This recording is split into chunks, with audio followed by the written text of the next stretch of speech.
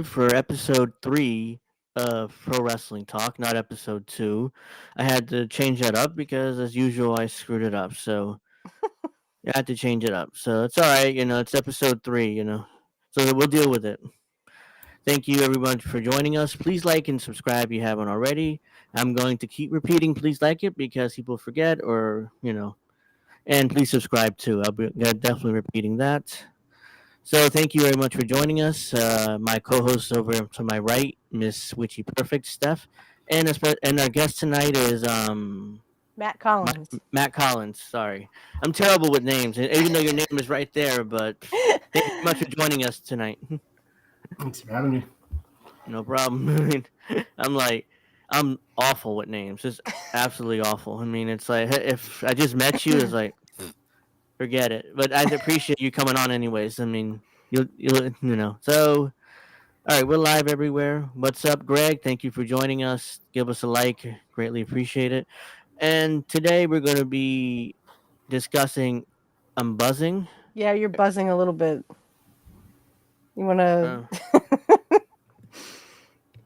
Thank you, Mastermind and Holy Beard. Like Matt has a holy beard. I don't know what I'm it is. Then. going to call you guys Merlin from now on. Works for Well, me. how is it now? I mean, is it? It could Oh, that's be. much better. Yeah. Okay, it must have been. It's too close to my face. Oh, too close to my headphones. It was Could too close be. to my headphones because you can hear the audio here, so it was too close. And this microphone's pretty sensitive, so it was catching my headphones. Thank you for letting me know because I didn't know it seemed fine on my end. So yeah, today we're going to be talking about unfortunate few deaths in wrestling this week. So we'll be discussing that. Then I think I don't know what else we'll talk about a little bit of what went on this week in wrestling, and then we'll go from there. Whatever else happens to pop up, we'll just talk about that. I never had plans for my show. It's just that okay, we have an outline. I'll talk about two things on That's the what. title, Yeah. and then we When go from Kit there. was like, well, do you do like research and stuff and have notes and stuff for your show? I'm like, no, the notes are up here, Kit. There's no. I have a paper in front of me with cue cards. I mean, what do you want me to do? Have cue cards over here on the side of my computer? No, Yeah, I can't do that. I just Like talk and I just talk about a certain topic, and usually I go off on tangents, and then I have to come back to what I was discussing. So yeah, I do that too. So that's why I who don't sits there with have. cards and stuff and I notes? mean, there's some like Kid. I'm sure plans out his shows because Oh he goes yeah, like 2.5 hours, maybe longer. yeah. So I did Angel in the Afternoon last night, and I don't. I just went off, on tangents, and I went back and forth. I added like 10 different things to talk about, even though I only plan to do two or three. So yeah, so let's get to it. Apparently, Oli Anderson did pass away today. I think I may have drank alcohol, even though I didn't, but the way Believe, I'm believe, believe. talking That's this all, folks. morning. Uh-huh. Uh Yeah. He did pass away. What, Monday or no, Monday? Because I remember they talked about it on Raw. So Okay. And I mean, Matt, you are a little older than us. Angel and I are both 38 or 37. You're 41. Did you know anything about Ole Anderson? A little bit. I watched a few matches this morning. Okay. So go ahead and take it away. What have you Well, seen? What have you learned? he does a lot of interesting stuff on YouTube talking about his time with wrestlers, and he Hmm. definitely is very open-minded and open-mouthed about it. So that was interesting, talking about Hogan and Flair and the Four Horsemen. Right. As I was told, he's an acquired taste. yes, he is. Yeah, he does not like Ric Flair. I know that because I saw a shoot on him, and he's just like, "Flair's an asshole." I was like, "Okay." He owes me He a lot of doesn't beat money that he'll around the never pay bush. me. He's very direct. He's very blunt. Oh yeah, everybody's told stories about him. Eric Bischoff. I mean, when he fired him from WCW, I mean, it was like he basically cussed him out before Bischoff fired him over the phone because, of course, Bischoff didn't. Oh, was too scared to fire him in person. Flair or Or Bishop? Ole? No, Oli. When Bischoff Oh, fired okay. Oli from WCW. I thought you were gonna talk about Flair. I'm like, I don't remember Flair getting fired. No, no, no. Oh, I'm talking about when Bischoff fired Ole Anderson. I think it was 92 or Oh, 93. It's, Wow. that was his last time in wrestling, basically. I Well, don't think he had another job again. that's all I really know of Ole Anderson. I have seen some of the Four Horsemen stuff, but I didn't really like the Four Horsemen even when Kurt was in it. So, and I was so glad when Kurt destroyed it. I was like, yes. But something about them being the originals, like him, J.J. Dillon, Ric Flair, and oh my goodness, who else? There's someone else, but uh, I'm the it's original escaping Four me. Horsemen. There was a original Four Horsemen, so it was Yeah, it Ole, was J.J. Ole, Dillon, Ric J.J. Flair. Dillon, and There's someone else, but I can't think of it. Someone in the huh. chat might know. Um, it might have been what? No, because Arn it was. Anderson, maybe Yeah, it was either Arn Anderson or someone else. Was Sting ever in the Four Horsemen? um briefly in the Really early briefly? '90s. Yeah, he did Like join. Jeff Jarrett was in briefly? Yeah, he did join, and then all of a sudden it was they turned on him, and that's when Flair and them turned heel. I think it was early '90s. Ric Flair, Ole, Arn Anderson. Ric Flair, Ole, Arn Anderson, Tully. Okay, you were Oh, right. It was Tully Arn. Blanchard. Okay, so it wasn't J.J. Dillon, but he Yeah, was the JJ. manager. Yeah, JJ was their manager. Yeah, Yeah, he was their manager. So it was Tully, Ole, Ric Arn, Flair and and Arn Ric Anderson. Flair. Hmm. Yeah, When Tully is their manager. yeah. That's what it was. I mean, so we got the names right, just that we were a little confused on what roles they played. Well, I knew Arn Anderson was in there somewhere, but I forgot about Tully because I wasn't much for Tully. I have to be honest. Wasn't much for him. Even when he was in the Brainbusters, I just wasn't Uh-huh. I wasn't into him. Or Arn Anderson. That whole my spot thing that they did with Kurt, where Yeah. Kurt was supposed to take Arn Anderson's spot. Yeah, sorry. If you and we're gonna do a watch along on my show, but if you watch Kurt's face, his facial features didn't match up with his response. It would be a privilege, is what he ends up saying, and it's just It's- like your face didn't match your response. So that whole spot thing, and then the NWO ended up making fun of it anyway, which was oh, freaking hilarious. well, yeah. I mean, and apparently, the Four Horsemen weren't happy about that. Yeah, Ric Flair would say later that it was bad taste, and I went, "Shut up, Flair." It was good for its time. It was before. I mean, they did it twice in the WWE. Okay, they did it with the Nation of Domination. DX dressed up as the Nation of Hmm. Domination. Everyone remembers the Croc. That was Yeah. hilarious. Okay. The second time they did it with Vince McMahon, for heaven's sake. Vince was probably in the back laughing it up. He probably thought it was hilarious. Well, But yeah. I don't mean, ever apologize for that spot or the parody of the Four Horsemen with the NWO.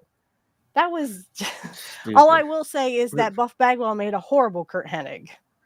Oh yeah, I can't believe Didn't even he look was like there. him. I was just like, no. But it was supposed to be funny. It was supposed to be a parody, and Yeah. Flair got all butthurt because of it. Well, you don't see Vince McMahon getting all butthurt about it, and they did it to him Oh, they did him worse. I mean, twice. yeah, they did him worse than the Four Horsemen. Yeah.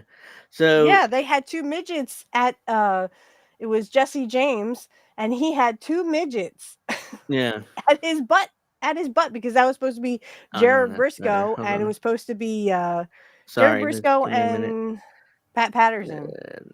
Yeah. Why is this not coming up the way I want it? Oh, here we go. Well, I saw the video when Oli said this, but unfortunately I couldn't find it. So when Vince McMahon brought Georgia Championship Wrestling time slot on WTBS, he asked Oli to work for WWE. Oli said, go fuck yourself. A week later, Vince approached Oli this time with Linda, and asked again. Oli replied, go fuck yourself and fuck her too. There's And actually video of this. I yes, couldn't find it before the show. That's why I don't have it. But there's actually video of Oli saying that, which is hilarious. And like he wouldn't work for McMahon or Vince Jr. no matter what he did. yeah, and he was basically the only one who had the cojones to actually say, you know what, Vince, go fuck yourself. Uh And then when Vince came and said, please give me your territories, it was Ole that said, nope, go fuck yourself. huh. The rest of them were kind of like, no, thanks, Vince, that's okay. Yep. So what did Vince do? Vince didn't just go, oh, shucks. Guess I'll have to just, stay in my own territory. No, he actually bought off the talent. Yeah. And he also bought out Georgia's Championship Wrestling. That whole Hmm. Black Saturday thing where I mean, Ole was eventually, stiffing. yeah. Yeah, Ole was stiffing his partners, which were the Hmm. Briscoes and somebody else. I forget his name right now, but and Gerald Briscoe was like, let's sell our shares to Vince. Ole's not paying us anyways, so it's like let's Hmm. sell our shares to Vince, and all of a sudden Vince owned the company essentially. Yeah. And Yep. that's when the next part is Ted Turner basically Vince promising Ted Turner original content, and of course he gave him a shitty highlight show which nobody wanted to see, Hmm. especially in the South because they hated WWF wrestling. Yeah, they thought it was cartoonish, Hmm. where theirs was more, it was real wrestling, or it seemed real. It was still Yeah. staged, but it seemed real, and they were doing all kinds of like what we would call indie shows now. That's what they were Hmm. doing. Like Portland, I would say, well, I will take it right from the one surviving at the time, Bushwhacker. Um, I think it was Butch. He was on the Tales of the Territories, and he was saying how, in Portland, you could pretty much do whatever you wanted and you got away with it. So Hmm. that's what I would say about Portland. And a lot of those territories um, were like that. I know the AWA was kind of the same way, but they had matches you wanted to see. Like you wanted to see Kurt versus Nick Bockwinkel versus Ray Stevens. You wanted to see, Hogan when he was in it. Yeah. You wanted to see, well, and that's the thing. I think the AWA, when Hogan screwed them, I think that was their downfall. Even though Kurt and them tried to, Yeah. help it along, their major draw was Hogan. Yeah. I mean, Hogan was the big draw, and then I don't know how true this is, but Vern wouldn't put the belt on him, and he wanted to be the champion, and then Vince offered him the belt, and of course he left, for Right. Well, WWF, and then and had that here's 4 year run. right, and here's the sad part. Vern didn't tell him because he kept things close to the vest because he didn't wanted it to get leaked out, because if Yeah. he was afraid that if he told someone that eventually it would get leaked to the press, and he just wanted to kind of keep it close to the vest. And here's the kicker. He was actually going to give Hogan the belt, but he didn't tell anybody. He didn't tell Hogan either. So Hogan went and had his meeting with Vince, and then Hmm. they got they usually would get Andre the Giant at certain times.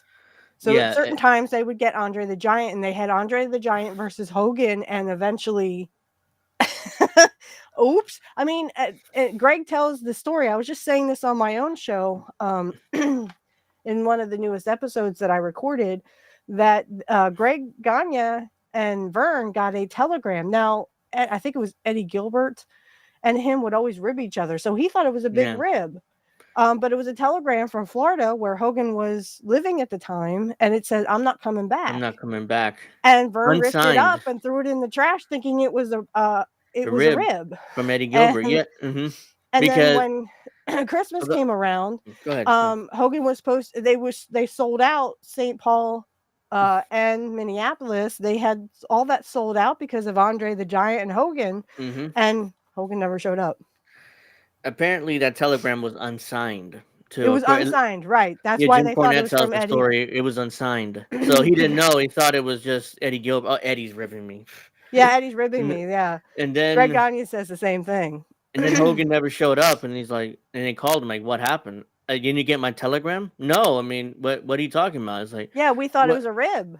Like, no, I'm not coming back. And it's like, come on, Terry, at least complete these dates. That we booked you for. It's like, oh And well, we sold it out. Yeah, because yeah, we thought it was going to be you and Andre, and we were going to give you a title shot, and you were going to be the champion. And he's like, well, sorry. you should have told me I, sooner. yeah, you should have told me soon. So Yeah, the thing is, I kind of, you can't put all the blame on Terry. You can't do No, that not in because that Vern should have situation at at least least. told Terry. Then if Terry had gone to the press, then you can't trust Terry. But Yeah. I think if Vern had said, "Look, Terry, I'm going to make you the champion, but I don't want you to tell anybody. We're going to keep this close to the vest because I don't want it getting out." Mm-hmm. Yeah. Fine, I think Hogan would have worked with him, but I mean, little, too late. You can't blame Terry because he was Yeah. what he said to Vern, according to Greg Gagne, was the hey, look, I'm getting more money staying home, and he wouldn't do the dates. Yeah. He wouldn't. So he was, he never came back, and apparently, allegedly, what happened was they were doing a tour of Japan, and Andre just said, "Look, Vince Jr. is going to take over the entire professional wrestling landscape anyway, so just sign with him." hmm And he took Andre's advice because they were always close. So it's like, and the rest is history. Just- Yeah, it, it was really, and I thought, like I said, even though Kurt would come to the AWA after Hogan kind of stiffed him in mm-hmm, '84, and he was kind of like a mid card guy, even in AWA, and then he made his way up. But I mean, even that I think was like kind of the downfall of, I mean, because they were popular, they were selling out with Hogan, and at first he was a heel. Greg tells the story that Hogan, before he met Hogan, he was down on his luck. He wasn't really going anywhere. And then Vern got a hold of him and Greg too. And mm-hmm, they just kind of took him and made him a baby face. Well, they made him a heel, but people like Austin refused to boo him. They were mm-hmm. cheering for him. So they turned him immediately like that to a face, and it worked. And he was gaining popularity. They were selling out. They were on top of their game. And then the whole thing Well, with yeah, and with Vince. Hogan had the run in the '70s with Vince Senior as a heel. So, and he worked hmm when Andre was a babyface. So people But forget Hogan about wasn't that. really, yeah, but he wasn't really going anywhere, and it wasn't really till he got to Vern and Greg when they got a hold of him. They made him a star. Yeah. They made him who he was. He was Hulk Hogan. Mm-hmm. I think he first came in as Terry Bollea, his real name. So, Oh, um, and like I said, it wasn't until, unfortunately, yeah. until And then, Greg and them got a hold of him. yeah, I mean, but Hogan left, and he fucked him and worked for Vince, and the rest is history. You know? Well, then he did it to Vince. If you remember in '93, after he lost the belt to Yeah, Yokozuna, he went off and went to WCW anyway. for So that he big kind of money did the same contract. Yeah. thing to Vince McMahon that he did to Vern, and Vern, wherever he was probably going, ha, ha, ha, ha, ha. Paybacks are a bitch, Vince. I mean, if I were Hulk, I probably would have left too. It's guaranteed money. He got paid, I think, $1 million fee, per Yep. appearance fee, whatever it was, just to hmm appear. Not even is. Then he got like 15% of any gate, over $1 million or something. It was an insane contract. I mean, Eric Bischoff just give him whatever he wanted. Oh, and creative control too. So, which would be drama for years to come in WCW. Well, and that Which, were doing that too to much of the WWF guys. And like I said with Matt on my show mm-hmm, last week, him and I were talking about this, and I equate it to the same thing. Eric Bischoff was trying to do the same thing that Vince had done to the territories, only the territories were pretty much on the outs anyway. He was buying up yeah, that with talent. with I think with cable, it's only a matter of time for the territories died, even if Right. Vince didn't do the national expansion. If So, it wasn't Vince, it would have been somebody. yep, would have It would been have been somebody Crockett. It would else. have been Crockett, or it would have been somebody else. Yeah. AWA, Vern. Hmm. He would have ate up the smaller territories. And there was even one in Texas too. Thanks to Matt, I actually got to see an interview with Percy, who was Paul Bearer. Uh Oh my gosh. Couldn't wait to tell you about what I heard on there. Just how he basically got started with The Undertaker, and then the whole, Undertaker Kane thing. And I even heard a funny story, but we will get to that later. huh. Um, about Virgil or Mike Jones, who also passed this week. Hmm. I don't know. I should have looked this up, but I think one of the nitros, if you look, Kurt just is like patting his head and going, "Son of Minnesota, son of Minnesota." So he must have been from Minnesota. I don't know. I mean, all I know is his run in WWF as Virgil, and He then got the he million ended up dollar belt, and then he just yeah really didn't go anywhere. So when he went to WCW, he became Vincent and was like an NWO lackey. He yeah was always getting like killed by Sting, or like not killed, but he was always getting like, Scorpion death dropped yeah by Sting or something, by the baby faces. yeah he was fodder. He would just get killed by the babyface Yeah. because the NWO needed fodder, needed somebody. Oh, the NWO needs to get their ass kicked. Oh, send Vincent out there. He'll get beat down. Whatever. Yeah. And then he would Because eventually join the, which is crazy funny that he joined the West Texas Rednecks. That's Curly Bill. If anyone's seen that Nitro where he comes walking in, he's got the hat and he's got I'm like, okay. Mhm. Or Shane. Like, eventually they would call him Shane. Something like that. They would call him Shane. And I'm just like, okay, whatever, you guys. Just keep singing country. I don't care. I was a big country fan, so. yeah. I mean, he was just his greatest moment was beating Ted DiBiase for that $1 million Yes, championship. at SummerSlam 91. Yeah. And you hear Piper just going nuts. Yeah. Yeah!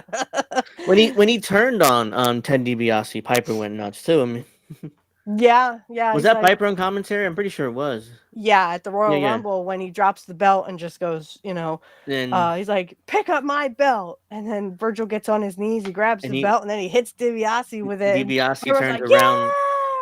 DiBiase turns around, turns his back to him, and monologues to the camera. And he turns around and gets nailed Yeah, in he the head goes, with it. everybody's got a price, turns Yeah. back around, and Virgil hits Mm-hmm. him with it. What are you going to need it the rest of your life? Mm-hmm. Do it. And yeah, basically, that's what they Like, were telling him to do. uh, And then WrestleMania 7, I think Piper was in an accident. He was in like a motorcycle accident or something. And Virgil's like, do what you told me. Get up. Because DiBiase attacked Piper and knocked him down. yeah, and then and like, and you could see Piper's trying to get up. He's trying, it hurts. yeah, I don't think Virgil was that good. I mean, he got over because of DiBiase, and then people wanted to see him turn on DiBiase and beat him. After that, what was next? It was nothing. I mean, he Yeah, there was. wasn't. Yeah, he left. He had been DiBiase's valet for so long, Yeah. bodyguard, Mm-hmm. but his valet. And I go back to the whole Hercules thing when I bought a personal slave. You remember that in Mm-hmm. '88? Mm-hmm. And it was like, it's like 1988. Who's talking about personal slaves? And that's when Bobby Heenan turns on Hercules Hernandez, who eventually just will become Hercules. Yeah. And you talk about a wild ride. That was just weird. Yeah, that was Virgil's signature move was a lame ass juking punch. I mean, he wasn't good. I mean, Yeah, I don't know. Like I said, it was just that one angle with DiBiase once he turned, you know, Virgil would turn babyface, and then he sort of had a title shot with Brett, but nothing came of it. I don't remember that match, but I do. I would assume It's on that. Superstars. That's why it Oh, was on okay. Superstars. It's like right after. I think it was right after either Kurt turned or right after Survivor Series. Well, Brett can work at anybody, so I wouldn't be That's surprised true. if that match was good. But it wasn't because of Virgil. I'll tell you that much. Well, and that's why I just saw on there was a question: who was a great babyface and who was a great heel? I went, this guy, and it was a picture of Kurt Hennig. I was like, duh. But Brett could be one of the good heels too, and then he could also be a great Yeah, babyface. yeah, I agree. Let's So see. I didn't know much about Butch Vachon. Neither did I. I don't know if he is the father of Luna Vachon. That just could be one big family, but she was second generation. Yeah, she definitely was. And she also passed. So it's just crazy. It's kind of like the Von Erich curse almost. Yeah, they. I mean, we can do a full episode on the Von Erich's curse. I mean, the alleged curse. I heard. I think either it was a conspiracy out there. I heard it from somebody in an interview, but allegedly, Fritz von Erich was a Nazi. You know, if you remember his original gimmick here in America, when he first started wrestling. Right, right. Jim Cornette talked about this, that he Yeah, was a Nazi. and apparently some Jewish lady was offended because he was using a Nazi gimmick, making basically she thought making fun of it. So he cursed the family, basically. Allegedly, that's the story going around. Is that the story? Ooh. Yeah, and he Well, cursed Fritz's children, like they're gonna have horrible fate, whatever, and and most of them did, the only especially one, Carrie. yeah, the only one still alive is in Kevin, the Is oldest. Kevin, yeah. Yeah, So it the must rest of not have worked them, for him. the rest of them either self-deleted or That's did right. They did. whatever. Yeah, they self-deleted. Uh, see, I didn't want to see the Iron Claw. I didn't want to see that movie because I like Carrie Von Erich. I don't want my image of Carrie ruined by the movie. Mm. And Yeah, I Jim haven't seen Cornette the talked movie. about it. No, I didn't see the movie, but I haven't maybe your seen it children either. have web tubes. No, that's not quite what happened there, bad cookies. I just feel bad for Carrie. I mean, he was in a bad place, and of course, um, he had gotten caught for certain things, and the from what Cornette said, the judge said, "I don't want to see you back in here." Or no, Shane Douglas said this.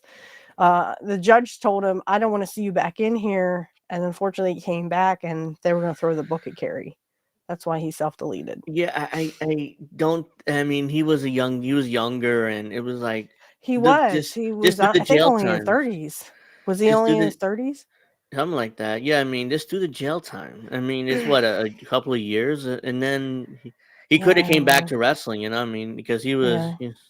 But I don't know He what was the role. Texas Tornado, and he Yeah, the gimmick got over so well. He was also second generation, just like yeah, Kurt, and mm, that's why that match with him and Kurt at SummerSlam was one of the best ones I had ever seen because it was Carrie and it was Kurt, and Carrie took such good care of Kurt. And watch that match. I'm telling you, you cannot tell Carrie had a prosthetic foot. and so you told me. I think our guest disappeared, but if you That's told okay. me, He might be having internet yeah, problems. yeah. I mean, I saw him kind of. Here he is, but like, yeah. I mean, well, Carey could have been a WWF champion if Vince would ever use him like that, which he didn't. But he was Intercontinental champion. He had a run with the Intercontinental belt, but it just didn't work. Then he was fired because of his drug issues. So Mhm. yeah. So we were talking about Butch Vachon, and then we went off into the Von Erichs. But okay, that's what we do here on the show. Yeah, I like I said, I didn't know much about Butch Vachon. He probably is related to Luna somehow, but I didn't look it up. And actually, I do have a update on the whole Oh Billy yeah, Jack go yeah, Haynes yeah. thing. The Billy Jack Haynes has been um, he has been arrested. Yeah, I See, saw that. see, this is what I think happened because they both had dementia, and I didn't realize that she was 15 years older than him. So here's the lowdown. Basically, his best friend had died, or I'm sorry, he had passed away. And for some reason, he married the best friend's elderly mother. My guess is probably to take care of her.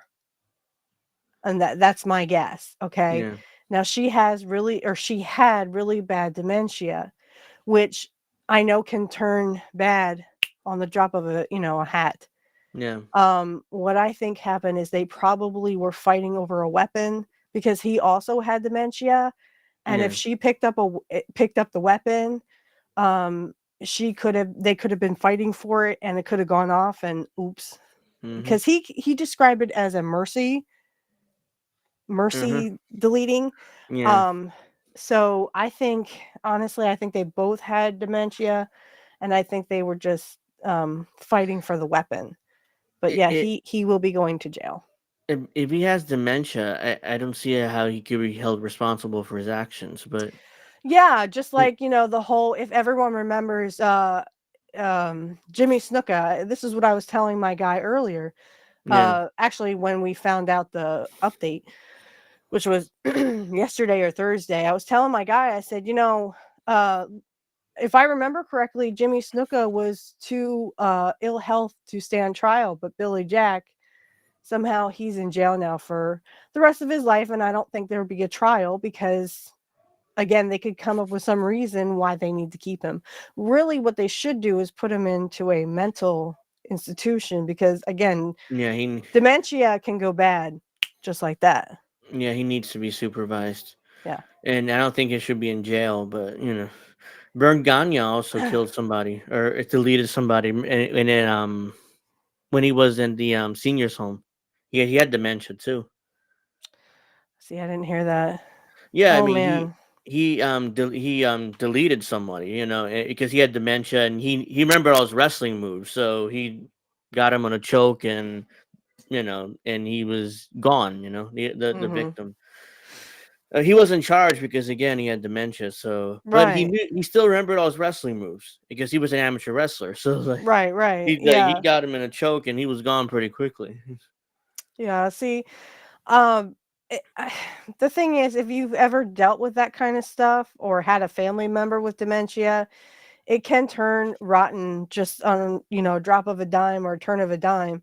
And people can turn, like that because they think they're being attacked. You don't know what's going on inside their mind, and they can Yeah, think, oh, I'm under attack. I need to defend myself, which I think maybe could have happened with Billy Jack because if his wife had dementia, she could literally just, think that something's going on.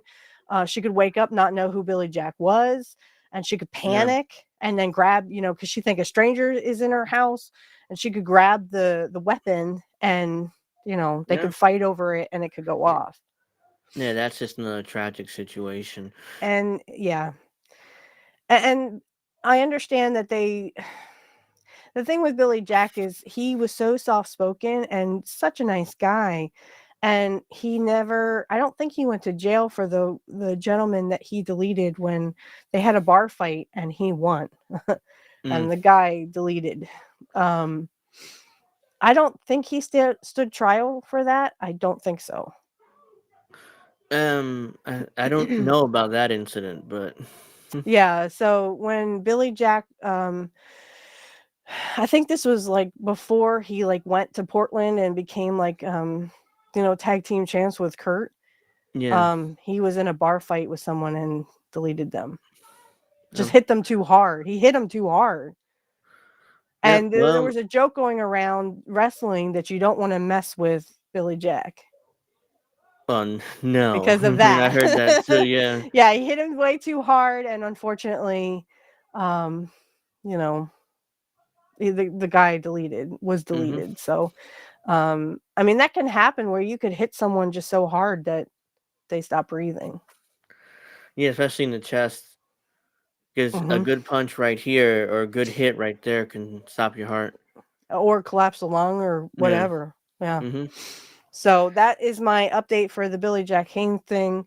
Unfortunately, I don't think he'll get a trial because we do not have habeas corpus anymore. hmm Um, and especially because they can just hold him indefinitely and they really don't even need a reason to hold him. But the reason is they probably won't investigate it.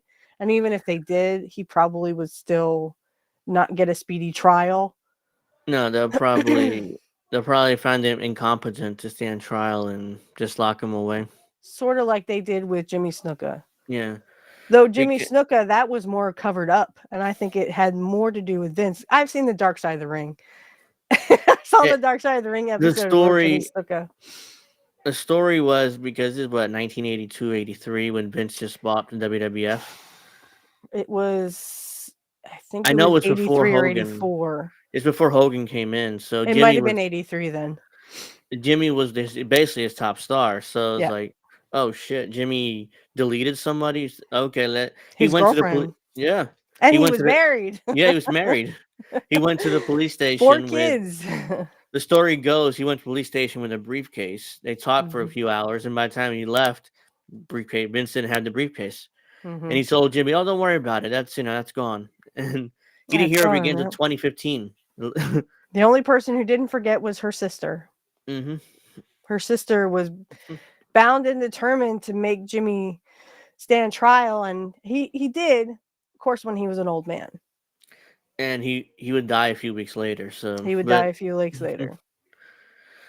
And I think he put something about her in the book, in his book, yeah, because the wife said something about that.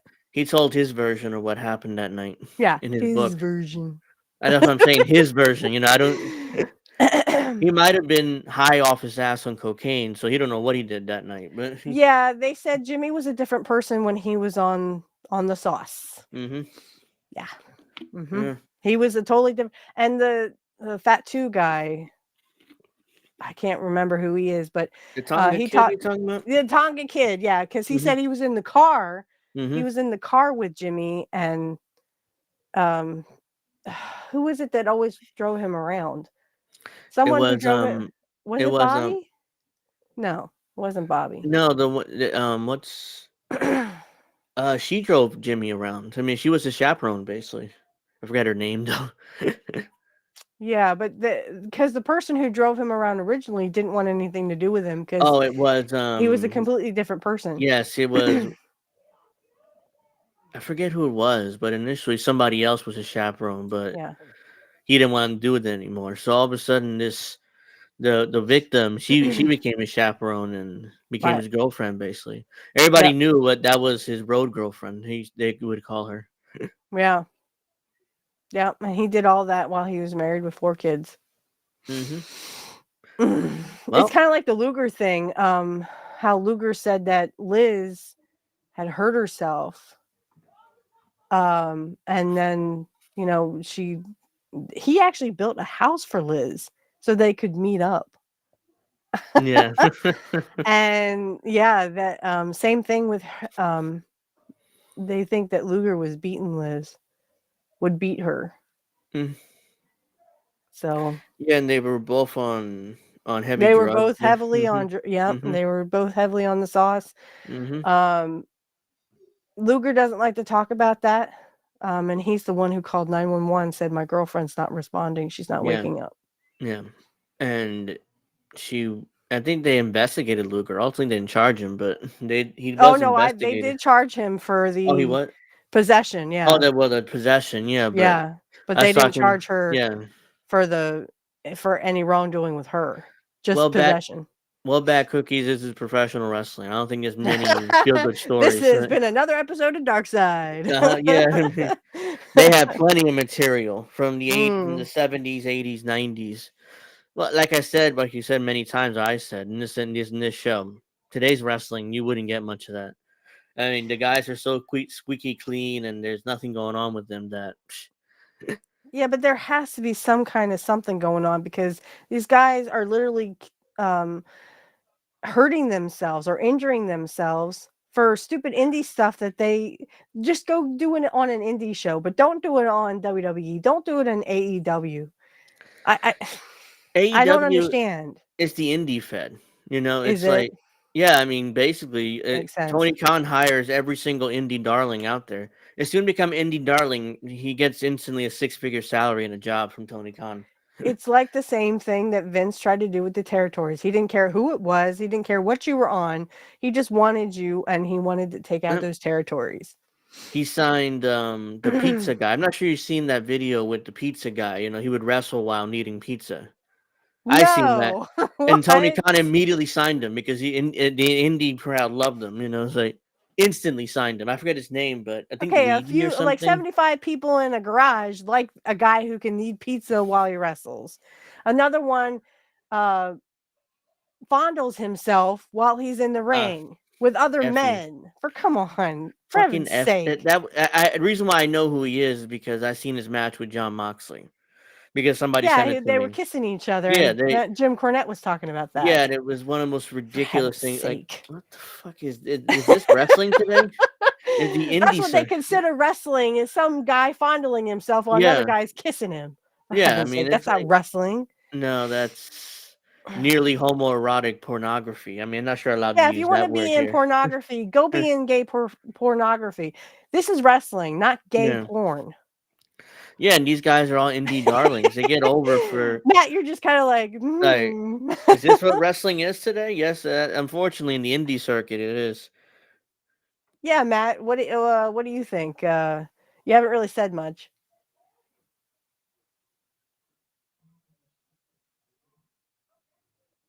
Can you hear us? We can't hear you. Yeah, I think he's mute. Are you mute? Are you muted?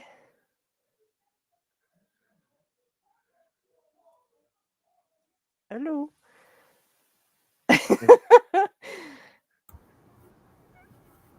I don't hear anything.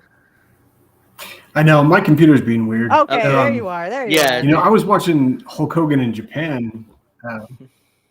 Yeah. I said this on my show. I recently found some Kurt Hennig in Japan. I'm not now. You're not muted now?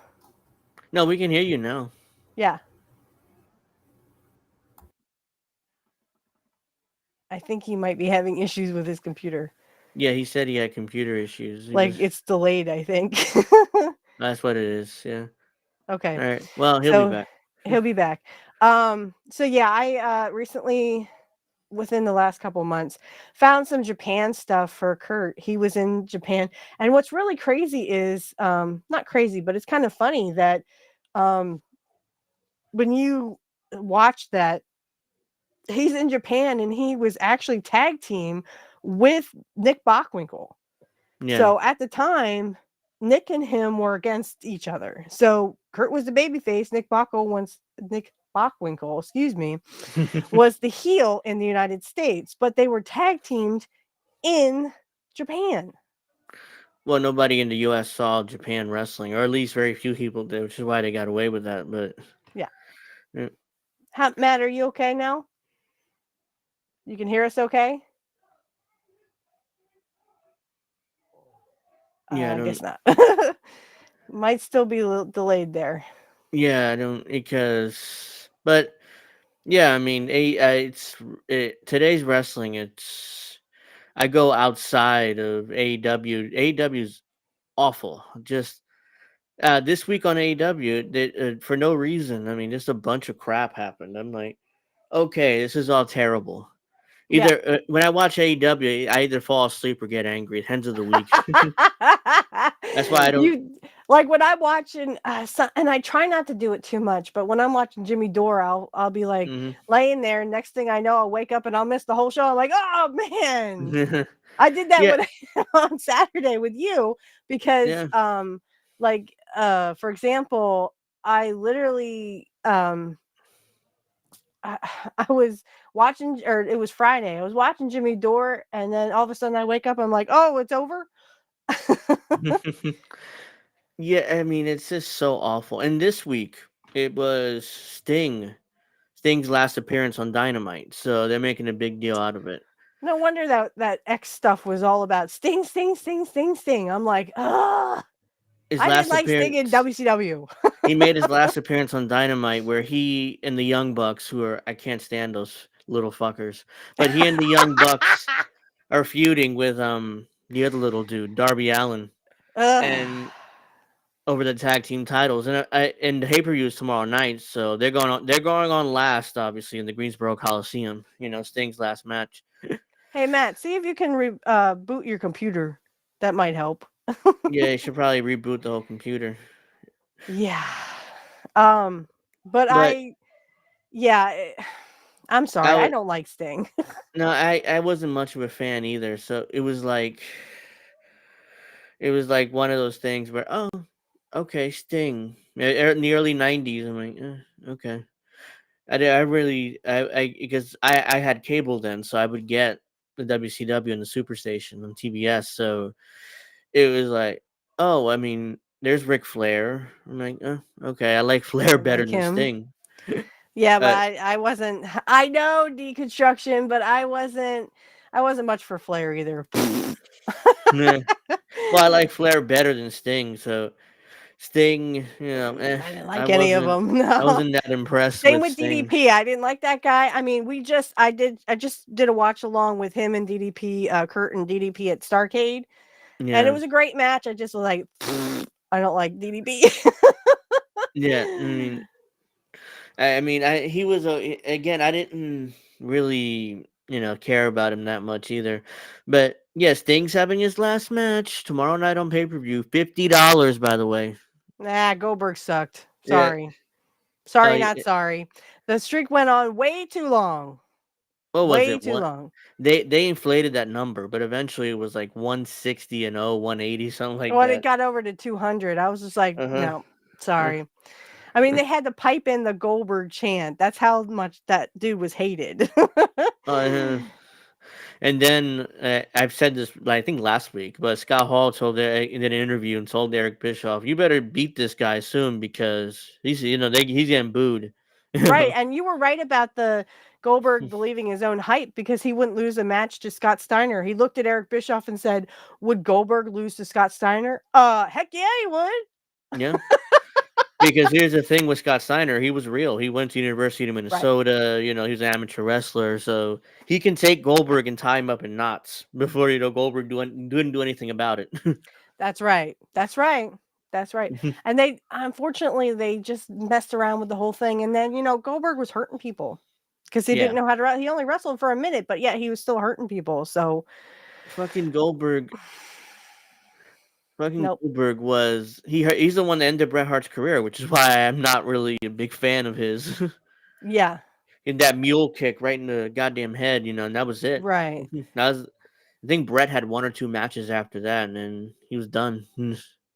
How we doing, Matt? You okay? Yeah, Really? Yeah. It's okay, Matt. I understand. We were having problems the other day where yeah, like if I wasn't crapping out, he was crapping out. So um yeah. It's internet issues. I mean, it happened to me some weeks ago on my show, and no, it was a while ago where mhm. my internet completely crapped out, and I did only half an hour of my show. That's like a while ago, so hasn't Yeah, happened since. Thank we only had like 55 minutes because I kept crapping out. He kept crapping out. yeah. I think it's So still a yeah, delay. No, okay. is it? You Uh, okay? you may have to restart your internet router. That could Yeah, help. something. I'm so sorry, Matt. I hope it doesn't do this on Monday. Your new show with him starts. You're starting it Monday. Starting on Monday, it's 9 p.m. Eastern Standard Time. It's Okay. called Black Magic Talk. Now, don't let that scare you. Magic is neither white nor black. It's just magic. Okay. Well, Yeah. Monday night, 9 o'clock. Check it out. I mean, on your channel, I assume, right? Well, it's going to be recorded, so it's not live. Uh huh. And we're going to basically, yeah, we're going to talk all things Wiccan and pagan. The first topic will be like, um, how did you come to this path, or what made you come to this path? Okay. And I'll just say, my spiel. He can say his spiel, Yeah. and but yeah, it's going to be recorded. It'll probably be dropped on Tuesday on Okay. my it's Missy. I can't Yeah. even talk. Mrs. Witchy Perfect. There is, I mean, you guys can subscribe to that channel if you want to. But so Okay, sounds good. I mean, that's the show. Probably, I thought it was live, but okay. I mean, you oh no, can. no, we're gonna Okay. record it. Yeah, we're gonna Okay. record it. Yeah. I think it's better that way.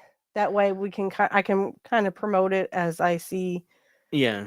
fit and stuff, and hopefully as of right now I haven't heard anything of them not promoting it, though I thought maybe because of the religion part maybe Well, they would not promote it, but it looks uh, like they promoted my short. So yeah. As long as it's not political, I guess they'll promote anything pretty much. Because well, now I you. mean, we're not talking about deleting or self-deleting. We're just Yeah. talking about, nature-based stuff, and we're talking about uh, pretty much whatever is Wiccan based. So when the moon phases come around. So like there's a new moon on March 10th. Mhm. Um, I am trying to think, when is March 10th? What day is that? Uh, like 8 days from now, so it would be a Sunday, I A assume. Sunday. So probably like that Monday, we'll talk about the new moon and stuff like that. Yeah, it's a Sunday. Yeah. So we'll talk about like the moon phases and stuff. And Okay, that's yeah. interesting. Um, so But anyway, we were going to talk about, well, I finally heard uh about they were talking about, AEW on the Jim Cornette show, and uh-huh. like lazy booking. So it's, I don't know, Angel, it's like I just can't see why anyone would find this fascinating. But all the, and I've seen it on X where they're just like, I mean, these fans are brutal. If you say anything against AEW, Yes. they literally will whine and cry and act like a little Mhm. child. It's like, Yeah. look, AEW's not great, and half No. their roster is literally hurt. And as Jim Cornette said, it's crap, it's lazy, and why would they even hit this? They hate the WWE.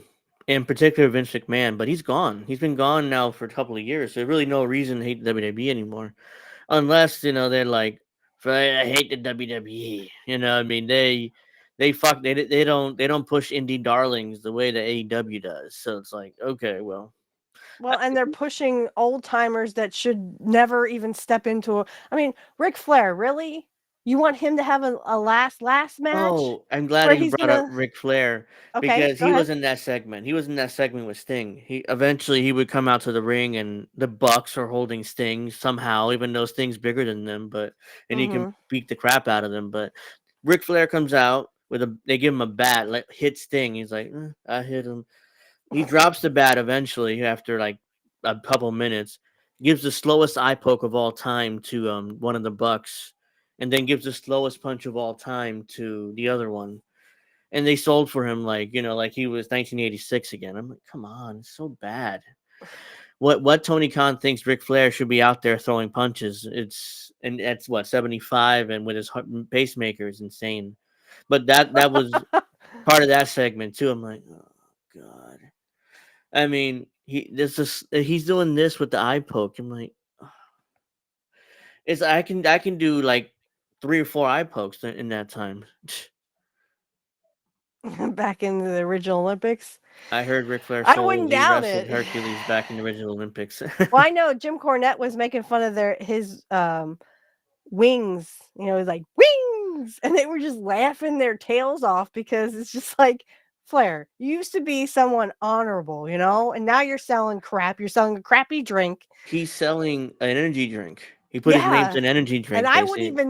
I wouldn't even touch that stuff. You don't even know what's in it. I don't No, want to know what's in it. I I'm don't just think like, Flair even knows. no.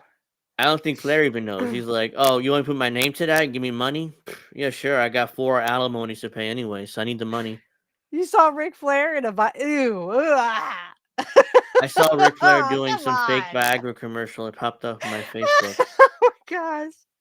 Yeah, I Oh, that's mean, so nasty. I'm sorry. I mean, Flair's like, well, I need the money. I have 4 alimonies to pay, so it's like, Yeah, whatever. that's because he literally cheated on every stinking wife he had. Why did women marry him? They must marry him for the money, because I'm telling you. Like, it doesn't make any sense to me why you would marry this dude when you know he's going to cheat on you. Yeah, It well, doesn't I matter mean, if you have a kid with him. yeah, he loves his first love is the wrestling Secret life flavor and is Vince McMahon. the secret flavor is Mastermind, Vince. don't make me come over there. I have to put I'm that up. sorry. Oh, come on. Bad image, bad image. Well, yeah, that was awful. And the final match, like, oh, tag team title match, Young Bucks and versus Sting and Darby Allen. Darby Allen and the Young Bucks are all the same size, and I'm bigger than Didn't them. that guy say didn't Darby Allen say he wanted to climb Mount Everest? And I Yes, went, well, that would be better than your wrestling. So Yes, have at it, Hoss. yes, he said that, and Tony Khan's letting him do it while he's under contract, and still paying him, by the way, when he leaves to That's all I do got that. to say. Yeah, I mean, he's a money mark. He'll allow guys to do stupid shit outside of Right, AEW and still pay them. right. Like John Moxley under contract, and he's still doing all these indie shows where like 100 people are there in a gym because that's where his heart is. He loves being in those independent leagues because that's where his heart's at.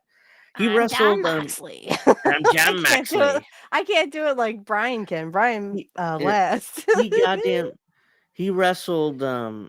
He wrestled. He wrestled Nick Gage. You know that garbage wrestler. Ugh. And he loves it. Like that's his idol, and he would cut him up with a pizza slicer and stuff like. And the Dark Side of the Ring, and Nick Gage episode. I'm like, he didn't learn anything from his WWE days, and he was okay in WWE. He wasn't horrible. He is now. I mean, he was What was decent. his name? Dean Ambrose Dean or something? You Ambrose. said. Yep, Dean Ambrose. He was a WWE champion a couple times. He was okay. I mean, he wasn't. He was like a third wheel in the Shield, but he was okay. In AEW now, he's like. I don't. He's never learned anything, or he didn't care. He's like, hell, I'm gonna do what I want now. Tony Khan's paying me whatever I want, so I don't have to actually properly wrestle anymore. Ugh. Ugh. And he Ah, bleeds in every single match. Every this single is match he has, not he's like, wrestling, y'all. This is not wrestling. This is garbage. Just like Jim Cornette mm-hmm. says, it's garbage. It's not even wrestling. I don't know what this is anymore. I'm It's looking not at it wrestling. going, It's no. garbage. It's Like if garbage. you want to be like a gymnast, is what Jim will say. Like they're Yeah. just gymnasts. Well, if you want to be a gymnast, go be in the Olympics or something. But don't do this garbage crap here. This is wrestling. The primary example of that is that Will Ospreay character. I mean, that's what he does. He's not a wrestler. He's like a Cirque du Soleil gymnast. Right. He's like. Right. I mean, he's a great athlete. Like I said, I think we talked about this him last week. He's a great athlete, but he's not a wrestler.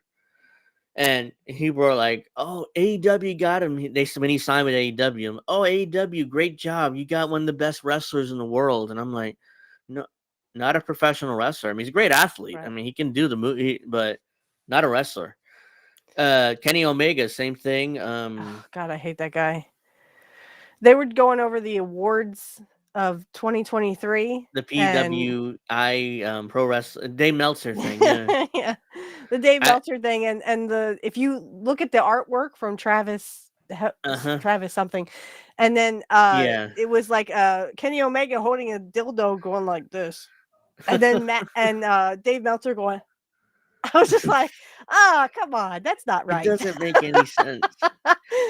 Well, yeah, because I mean, you heard Cornette going, "Oh, come on!" Like every time it was like Will Ostrich was like the number one person, and I'm like, I guess I don't even know who this person is. Yeah, I mean, it's like the best wrestler. Who was the top wrestler? I mean, it was ridiculous. I mean, was it Ostrich or Osprey? No. I mean, I think like I know it wasn't Cody, even though people. it should have been Cody. Yeah, it should have been. I think it. No, I think it was. or was it Roman Okada? Reigns? I think it might have been CM Punk, but that doesn't sound right either. I don't think it was CM Punk. It was Okada. I mean, he's the big indie darling from Japan right now. So, which I'm sure Tony Khan is signed too, even though he hasn't debuted yet. I'm sure Tony Khan. Sorry, go ahead. No. I mean, I was going to read this anyway. Was talking about bringing in the Legion of Doom after watching Mad Max: The Road. See, I don't know what happened with that. I know there was a lot of people who wanted to have like a Legion of Doom in their territory, so there was a lot of remakes. Demolition is one of them. Demolition was the most famous, most successful remake, at least, of Legion of Doom. Most success. I don't know if you would consider. I'm trying to think who else they were trying to get. But there's a story from Jim Cornette that actually, if it wasn't for Doink or Matt Bourne, there would have been no Road Warriors. I don't know. They were kind of formed because Matt had kind of messed with a 17-year-old. Uh-huh. And actually, they were also talking about like maybe Rick Rude would have been in the Road Warriors at one point. Hmm. before they had Mike and Joe, Hawk and Animal. Yeah. But yeah, there's a lot of they tried to recreate a lot of people or tag teams like the Road Warriors, but none of them were like the Warriors, Road No. Warriors. No, they were the best at that style, of tag team matches, and they always worked well with like smaller heels, like the Midnight Express with Jim Cornette. I mean, Hmm. they love working with the Road Warriors. And they would bump for them most of the match, and then they loved working with the Road Warriors. And the Road Warriors loved working with them too. They had their best matches with them.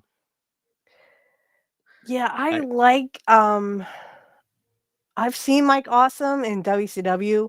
I really wasn't much for him.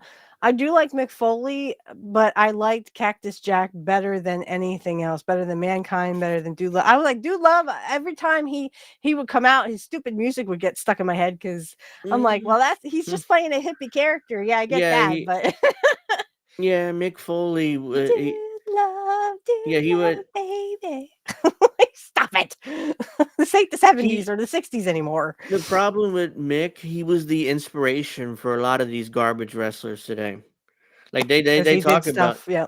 yeah, but the difference is Mick Foley's able to tell stories by doing that. They can't. They're like they forgot about that part and just do garbage weapons matches for no reason. Your So, computer or you? You have a speech impediment or your computer? Um, I- okay, here's the lowdown. I do like Cactus Jack a little bit because he would go bang bang. hmm Uh, yeah, we weren't much for the the hardcore stuff. That was more started by Terry Funk, who yes, was like the hardcore king, and he would do anything. He would do barbed wire, he would do the whole thumbtacks thing, and then Mick Foley, because they were best friends, he kind picked it of up. took it and ran with it, right? Yeah. So and Percy was talking about this too, that Mick had come to him and Undertaker and said, I want you to throw me off the cage. And Mark went, what? What?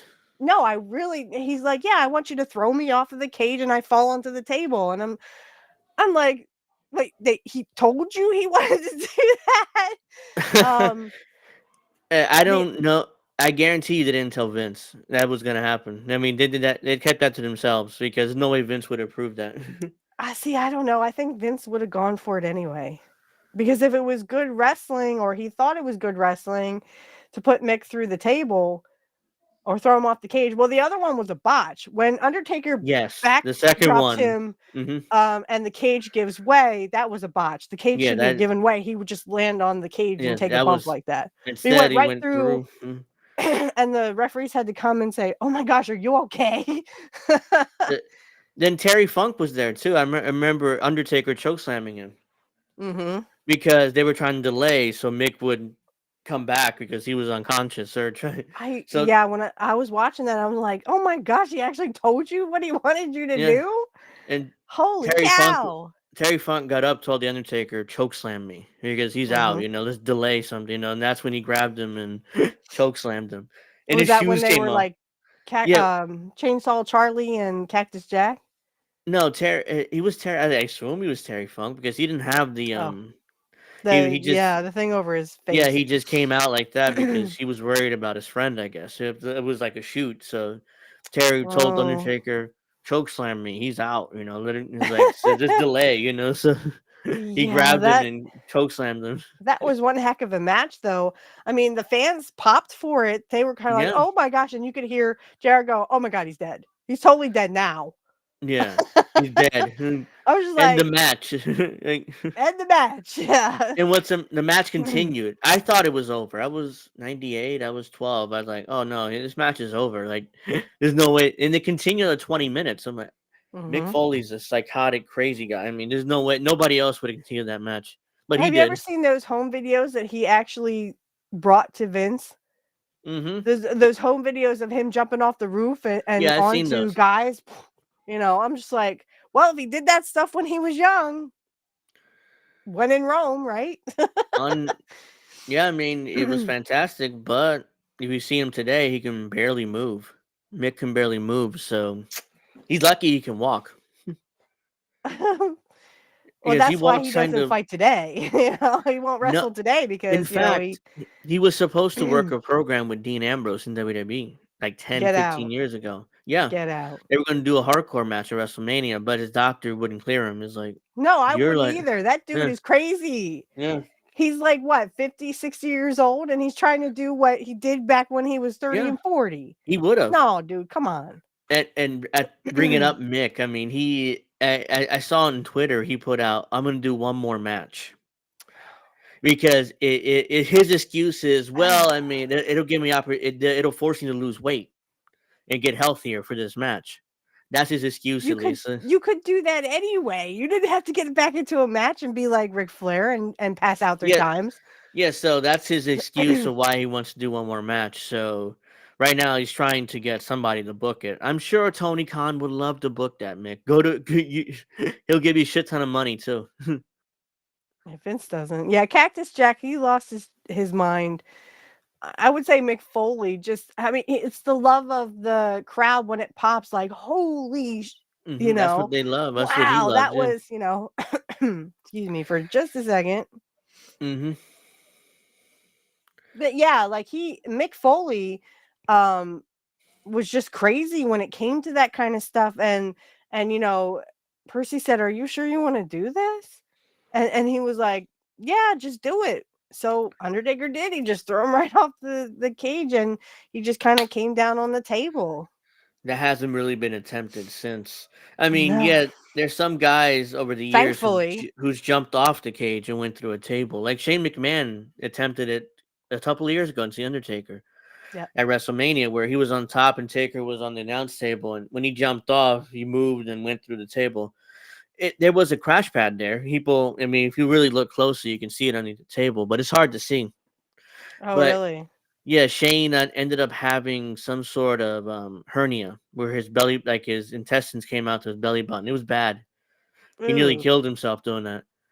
Then he, of course, finished the match, but because you always got to finish the match in wrestling. But Yeah, but okay, so well, yeah, I get that because Vince came out, tore his quads, and sitting there in the ring like this. yeah, the He's Royal sitting Rumble down. was 2000, 2004, no, 2000, no, 2005.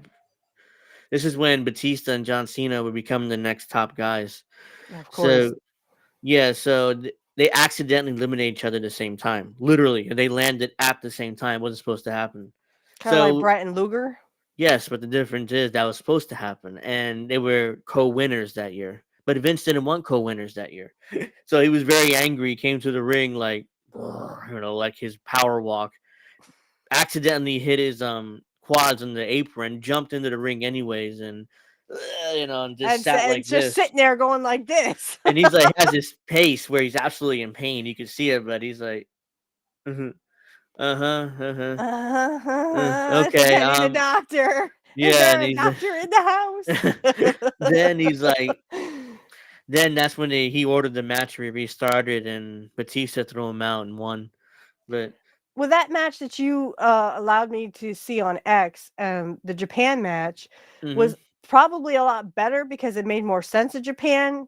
In America, it didn't make no sense. It was John Moxley and Kenny Omega, right? In that blast match where they blew up the ring. they did that in Japan. I didn't know that they're copying the thing it did in Japan because it did in AEW, but it came off Yeah. horribly.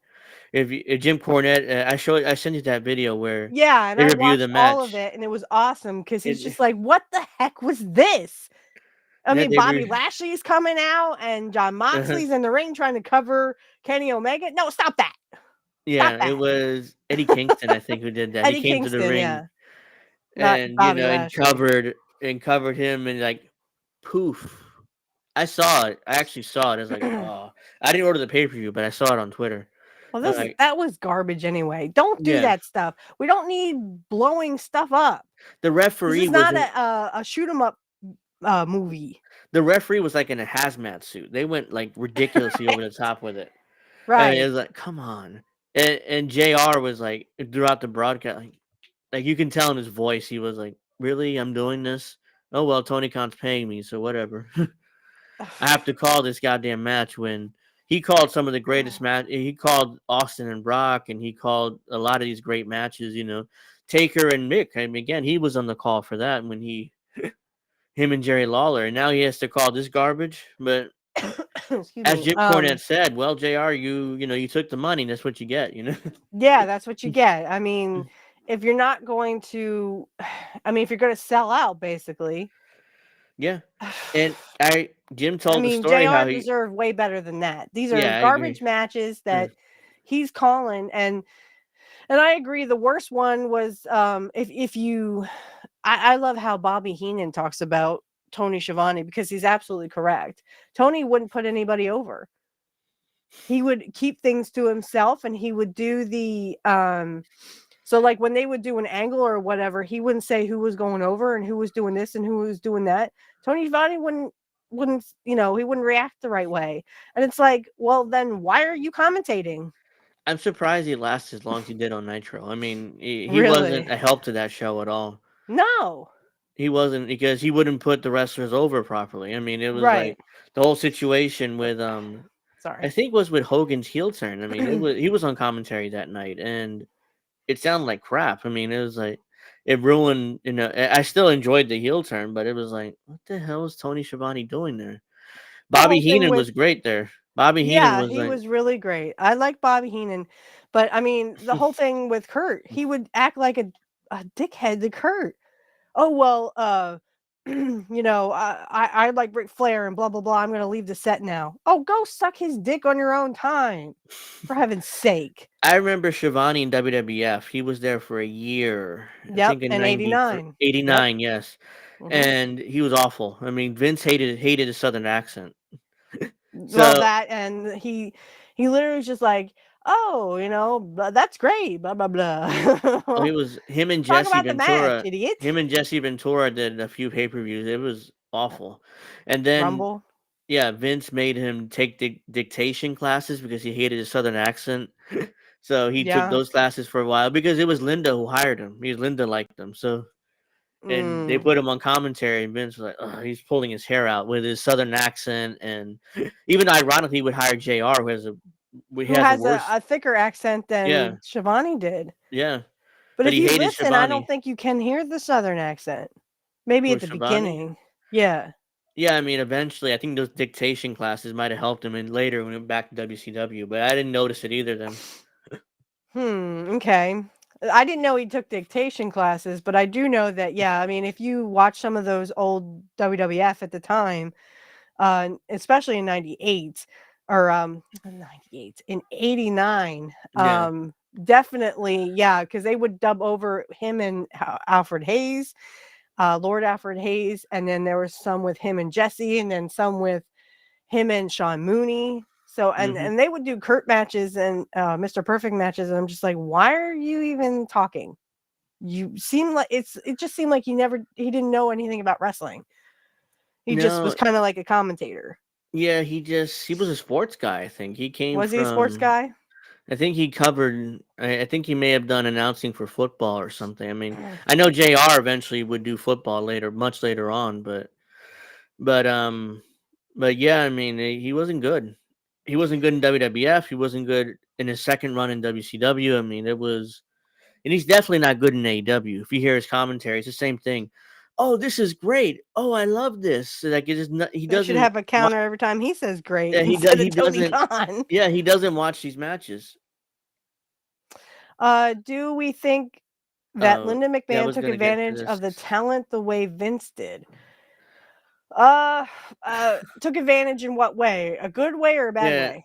li- as far as I know, every shoot interview I've seen, everybody likes Linda. I mean, she's not as hated as Vince was.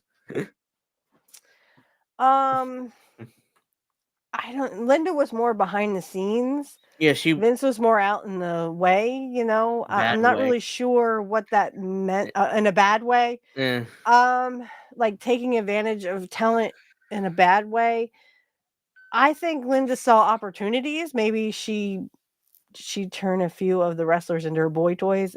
That I've not heard such a thing. No. yeah, I've not heard that either. But She may be in Florida with a pool boy as her main squeeze, but I never heard yeah, but her and she wrestlers getting it on. Yeah, man. If everybody like loves her, and the rare occasion she'd be backstage, Yeah. usually she was a CEO for years, so she wouldn't even go to the show. She just ran the business side, while Vince ran the wrestling side. It's like, Yeah. Her and Stephanie and Shane were, well, Shane started out as like a referee, yeah, and he in the wouldn't, early for '90s. some reason Vince would not give him the company. I don't know what is this with promoters not giving their sons the reins. Yeah, I, it's Vern did the tough. same thing with It's, uh, Greg Gagne. yeah, eventually AWA went under, and Eric went ended up going to WCW. Mhm. But yeah, same thing with Shane. I mean, Shane never got the company. He wanted it too. It was He obvious. wanted it, yeah, and then well, and it was like, well, if I can't have this, then give me WCW once he bought it out. He wouldn't do that So either. he wouldn't do that either. Nope. And then it was Shane in the mid '90s tried to convince Vince to buy the UFC in the early days of UFC. You know that story. Vince ultimately wouldn't Mhm. buy it, but he tried to No. buy it. And what's funny is now the UFC or Endeavor They bought all merged together. WWE. Yeah. So in an ironic way, Shane got his wish, but So ironic. yeah, but he didn't get it. Allegedly, Dixie Carter did. Yes, Booker T talked about that. Dixie Carter and the wrestlers because Dixie Carter, I'm not sure you know her. She owned TNA for a long time. Yes, I've heard stories of her. Yes, Booker T told stories how she was, she and the boys would start flirting, and they spend all night at the bar. Jim Cornette did too. Like when he walked by the hotel, he would see the hotel bar. He would see Kevin Nash and Scott Hall and all those guys, hanging out with her, giving her drinks of wine and stuff. He went to his hotel room. He didn't know what the hell happened after that, but he would see them after Oh yeah, tapings. I remember him saying that. Yeah, and I mean, I would hope that nothing would go any further because both those boys were married. Yeah. But you know what happens. You remember that one Nitro where Nash came on with that big-breasted hooker, and I turned it off. Yeah, I said, I'm not watching this. If you want to parade hookers in wrestling, fine, but not on this. it, It's wrestling, not parading hookers around. that was the late stage WCW, and nobody Yeah, gave a shit at that point. So it was yeah, like, pretty much. fuck it, I'm still getting paid my 7-figure salary, so let me bring out a big breasted hooker for no reason, and cut a Yeah, promo with I her in the mean, ring. I'm like, okay, I'm turning this off. Yeah, it was late stage WCW. I think it might have been Russo booking, so it was more Oh like Nash God. didn't give a shit. So it was like, let me just do this. Nobody gonna stop me anyways. Yeah, because he always liked the big-breasted women. Mm. Well, guess what, Russo? We don't like you. Kind of creepy. To this day, Vince Russo is still running his mouth about how he can book AEW better than Tony Khan on his podcast. I would love to see that because it's probably going to be just as garbage as Yeah, everything it else would be. was in WWF at the time, and It then would be. WCW. Yeah, it's old man Barker. Yes, Sable. I mean, that's Vince Russo's ideal woman. She had so much Sable and I want to say Sunny, but Sunny was more of a wrestler than Sable was. But all Yes, that plastic surgery, and look at her now. She looks horrible. She she's looks like Brock her face is Lesnar's about wife. to. Yeah. Hmm. Well, yeah, she was Mark Marrow's wife, and then she ended up being Brock. Brock Lesnar, and Brock Hmm. Lesnar turned around and cheated on her. So what goes around comes around, Hmm. Sable. Yeah. Yeah, damn shit stain. That's right. Shit stain.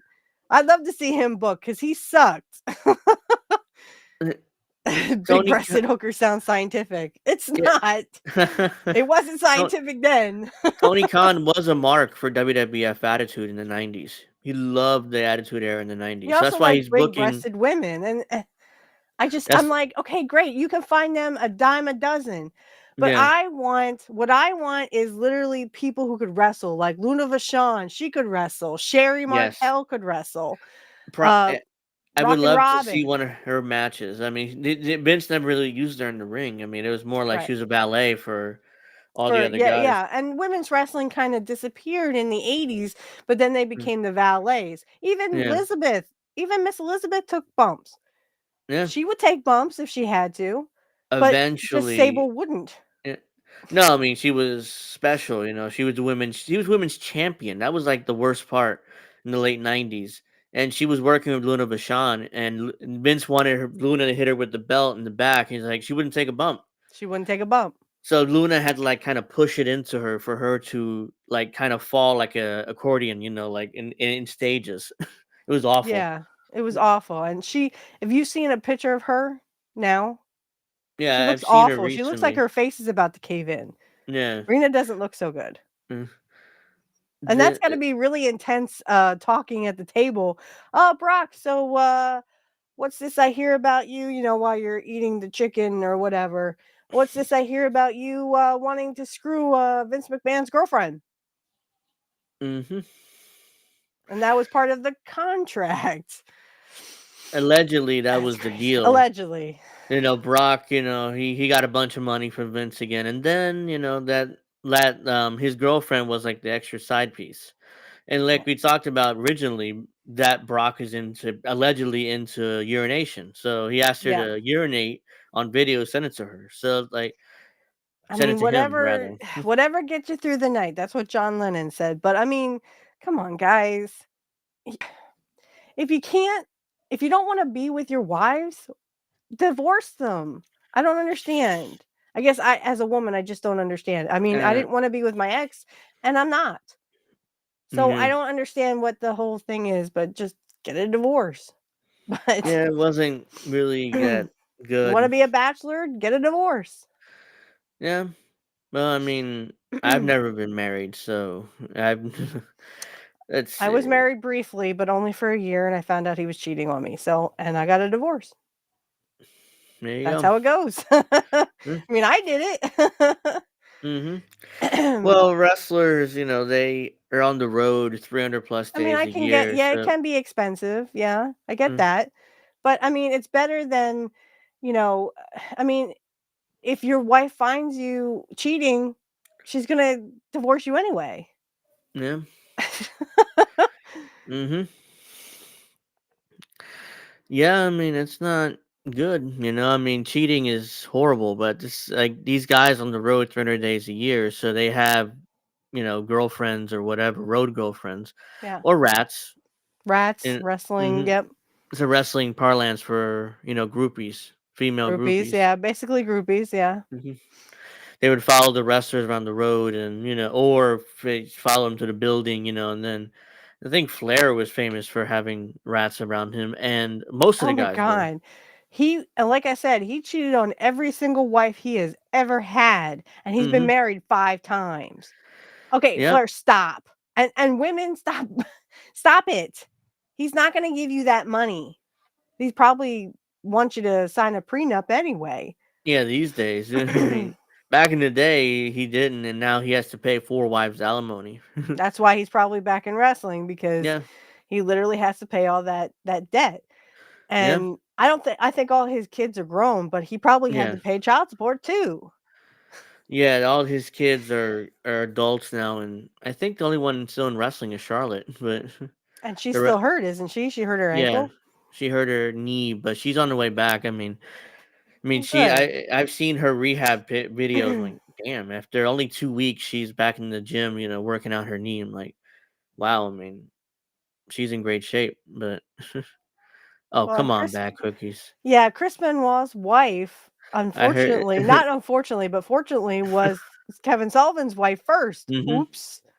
Yeah, Just like like I think we talked about that too. Sullivan yep, booked his own divorce, basically. booked his own divorce. So did Christine Jarrett, or yeah, Christine Jarrett used to be Christine Angle, and now she's Uh huh. Christine Jarrett.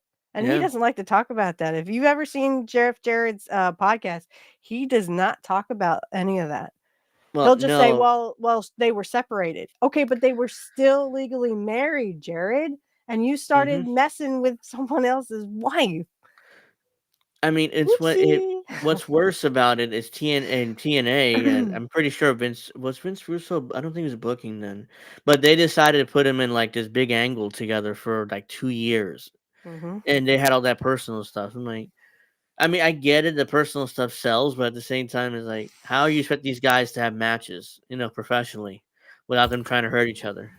Did that happen with Randy Savage too? Uh, Um, you I don't mean think. Liz became Liz was someone else's wife and became his, I don't or know. I thought something with him and Hogan. oh yeah, Jim Oh, Cornette the talks about this. Yeah, yeah, yeah, yeah. yeah.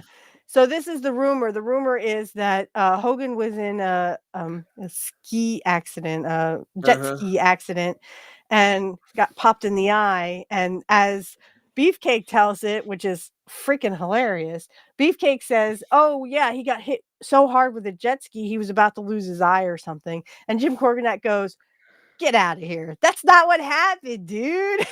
Liz was living with Hogan and Hogan's wife, Linda, and Mhm. Randy took it personally because they didn't tell Randy where Liz was at when they were getting a divorce and having problems. Yeah. Um, and then, that was payback from Randy Savage to Hogan. I Mhm. think, to be That makes. honest, to be truer than true, and I love Liz and I love Randy both. But Randy, there's so many stories, and Lanny will say, "No, no, no, that's not what happened."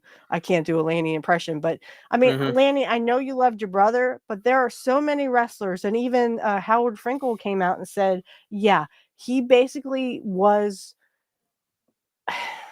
he locked her in a cage.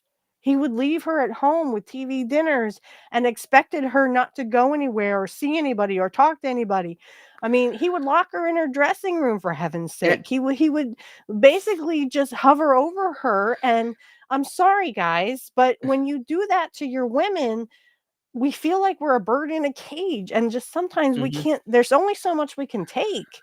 Randy, You can't be hovering over us all the rest. time, and eventually it just came back to bite Randy in the butt.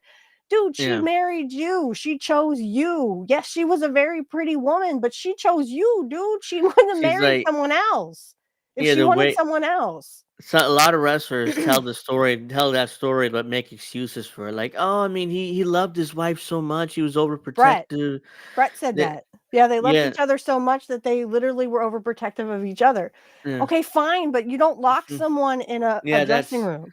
so. A lot of the wrestlers kind of make excuses for what we would call abuse today, but yeah, I mean, it's not. I It don't know if it was. was abuse. I mean, it was sort It of was. like overprotective. Yeah. And there comes a point where every human being in this world, even if you're the sweetest woman or sweetest person in the world, eventually you will get tired of that. And Mhm. I love Randy to death because he and this I will play this on Rumble on my channel Mhm. eventually. I have a new theme song with pictures of Kurt, and it's Randy Savage and his rap. It's called "My Best Friend" or "My Perfect Friend."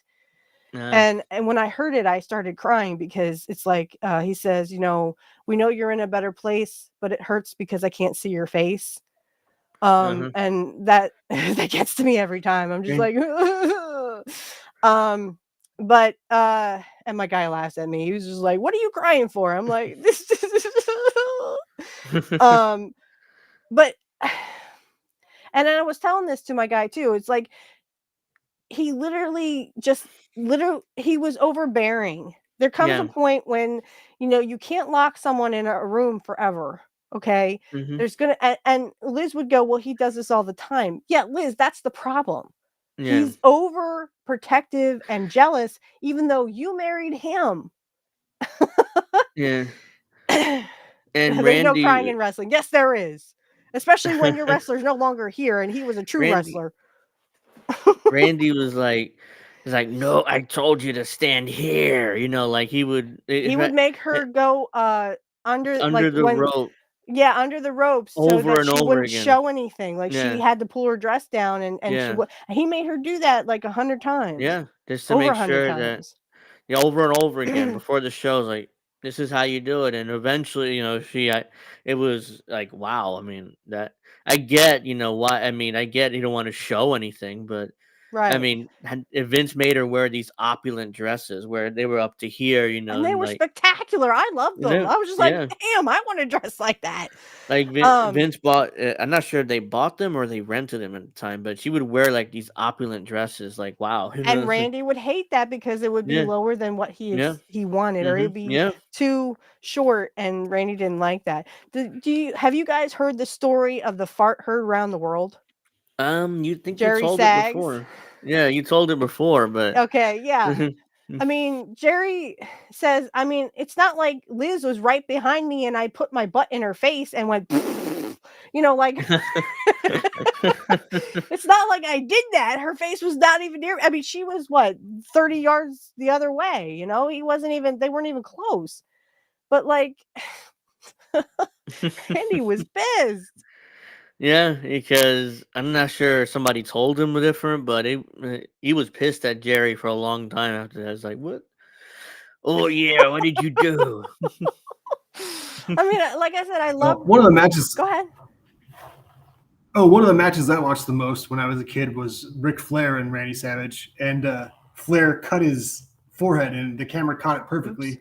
So I was 12 or something, That, and I watched that over and Are over we again, going, "Holy talking smokes!" that'd be WrestleMania. WrestleMania 8? WrestleMania. Yeah. Yep. Okay. Mhm. I'm not gonna lie because it didn't have Kurt. I just kind of was like, It okay, was a moving great on. match. It was a great match though It was a great between match. Flair and Savage. Yeah. Yeah, yeah. And there was a lot of emotion in there, but I think because I wasn't much for Rick, I just was like, this match. Sorry. Rick, I know. I will go and watch it if I have to. But the thing is, I wish Kurt had been at ringside, but he wasn't allowed to be. yeah, So but then a he was allowed to be stipulation. at SummerSlam when it was Warrior and Randy, but he wasn't allowed at WrestleMania 8, and I think that sucked. So let me think. What can I say about WrestleMania 8 other than it kind of sucked? The main event sucked. There I was mean, there's two main events actually. it's a double main event. But yeah, it was You supposed do to that be too well. Hogan and Savage. I mean Hogan and Flair 1-on-1 for the title. Mm-hmm. Yep. But of course, Ric Hogan Flair didn't want it. skedaddled. Hogan didn't want to put over Flair. Flair didn't want to put over Hogan, and I'm like, get the match in the ring. I mean, do a disqualification. I don't care, but at least get. Even though I would have pissed people off because on pay per view, but And bad cookies. The thing is, when I got into wrestling, it was more WCW, and at the time, my mother, who was very abusive, would not buy the pay-per-views. My dad would, but my mom would never do that. So what I did in the 90s, when I watched, like, I listened to Fall Brawl as if it was a radio, and yeah, you would that's have how I knew the those outcomes of the the matches. squiggly Yeah, lines and the stuff. Yeah, squiggly but lines. hmm Yes. I would just like listen to it like a radio, and my mom would walk in my room and go, "What are you doing?" "Well, I'm just listening to a little wrestling like it's a radio." And she'd be hmm like, "Okay," and then just walk right back out. But yeah, she wouldn't pay $20, $30 for a pay-per-view, even though I would have at the time I would have loved to watch the heel turn that Kurt did shutting the cage door on Flair's head. But I had to watch it or listen to it like it was a radio. what the? I mean, that was a moment too. It was like uh, It was the Kurt. greatest ever. And I talk about this on my show. People apologize for that. Eric Bischoff said, "Well, we shouldn't have done it in Charlotte." Where else were you going to do it? Where else would Why? it make sense? I was telling my guy this. Where It- else would it make sense? Ric Flair was billed from Charlotte, North Carolina. yeah, Where he else was were you going to have it make sense? he was made in Charlotte, even though it came Right. from the AWA initially, but he was made in Charlotte. He was Became originally from Minnesota. yeah, Okay, he we would get that. yeah. But it wouldn't make any sense to shut the cage door on his head in Minnesota. There's not. You would have had fans go, "What the hell's this? Why are hmm they doing this? It doesn't make any sense." It hmm made sense in Charlotte, and it got the heat. There's that word again. It got that heat that it needed. You know, they always say heels need heat. In fact, I heard Bobby Heenan says it himself that him and Rick Rude didn't really get along. I mean, they did, but they didn't because Yeah. Rick thought that Bobby was taking his heat. Yeah. And he wanted all that heat for himself. He wanted guys to, "Oh, I hmm can beat that guy." And no, he couldn't because, Rick No, was a great no, he couldn't. But fighter. yeah, but he just wanted that heat from the guys, and Bobby was Right. kind of a big heel himself, so it was kind of tough. But I thought the pairing worked. Me personally, I mean, I liked it, but Yeah, it was a great pairing, but like How else was Kurt going to get heat? He wanted the heat that came with shutting the cage door, making Ric Flair the baby face and Kurt the heel. He was going to turn to the NWO anyway. So Yeah. why would you apologize for doing it in Charlotte, North Carolina? I said the people who walk away from this are people who literally Mm. just said, "I can't believe this. I'm out of here. This is bull crap." The people who Well, actually bought tickets and wanted to see Kurt get his comeuppance, those that's what you call heat, because Yeah. they wanted to see Kurt get his comeuppance. That's the ultimate heel move right Yeah. there. And, Yeah. didn't and they do the same thing to British Bulldog? Shawn Michaels beat him in England using his move for the Intercontinental belt. right, and Hmm. that was to get heat for Shawn Michaels, so that they could actually get heat from the fans and keep the fans in suspense and keep them coming back. The people who walked away, don't worry about those people. Those people probably thought it was fake and it was stupid and it was a dumb angle. Whatever. They can think Hmm. that all they want, but don't apologize for doing something correctly. See, that's the problem with Eric Bischoff. He would apologize for doing things correctly. And that's what I didn't like. Eric Bischoff's too much of a corporate guy. You know, That's right. That's that's right. why he would come up with these apologies for no reason. He knew wrestling. He came up Minnesota too, but through Vergania. But yeah, I mean, he was ultimately, a corporate guy. Once he got up there in Turner, he was like, okay. I mean, he fit in perfectly in that in Turner. So Yeah, and like I said on my show, you have to understand when you do something correctly and someone gets heat, a heel gets heat, yeah, he's gonna have it's like Slaughter all over again. You know how Sergeant Slaughter during the whole Gulf War had gotten uh-huh. heat because he was a Iraqi sympathizer, and Mm-hmm. he got death threats, for heaven's sake, Yeah, because he was that Iraqi sympathizer and he that's what he was a wanted. threat That's to what. America, and everyone was Mm-hmm. pro America. Woo hoo hoo. It was First like Gulf War. Rowdy Piper in Mexico. I heard they had to be escorted out because of what he said. Right. Jesse Ventura told me on Clubhouse that they actually, him and Adrian Adonis had to hide in an ambulance to get out of the arena because they literally would not. They would just say if people saw an ambulance, they wouldn't think heels were in there. Yeah. And they had so much heat that literally they had to get into an ambulance and drive them out of the arena, because they would not see heels in an ambulance, but people were waiting outside to beat the Mm-hmm. crap out of Adrian Adonis and Jesse Yeah. Ventura. Yeah. That's heat. Now, that is like, whoa, In Mexico and Puerto Rico, the toughest places to work if you're a wrestler. I Yes, mean, it's like, in Puerto Rico they would throw batteries. That's what mm-hmm. Dutch Mantel said. Yep. If The you were a second Dutch heel, Mantel. it was like, especially in Puerto Rico. Yep, you had to Mm. duck. Yeah, duck and dodge. Yep. And it was who? I mean, it was like Hogan. Hogan was down there, and he hated it. It was like because they did a tour. WWF did. It was Hmm. like, and he tells a story about he claims that he was told you gotta leave immediately or else we're gonna delete you. Of course, I don't know how true that was, but it's Hogan. But that he left immediately, went back to Miami or Florida or whatever, first flight out. Yeah, he didn't like it. A lot of Yeah. people didn't like it in Puerto Rico. Yeah. Yeah, it was its own acquired taste, I guess you could say. Yeah, certain guys like working it, like Abdullah the Butcher and Bruiser Brody, but they Well, liked and it then down there. that's where Brody met his end too. That's where Yeah. he was deleted. Hmm.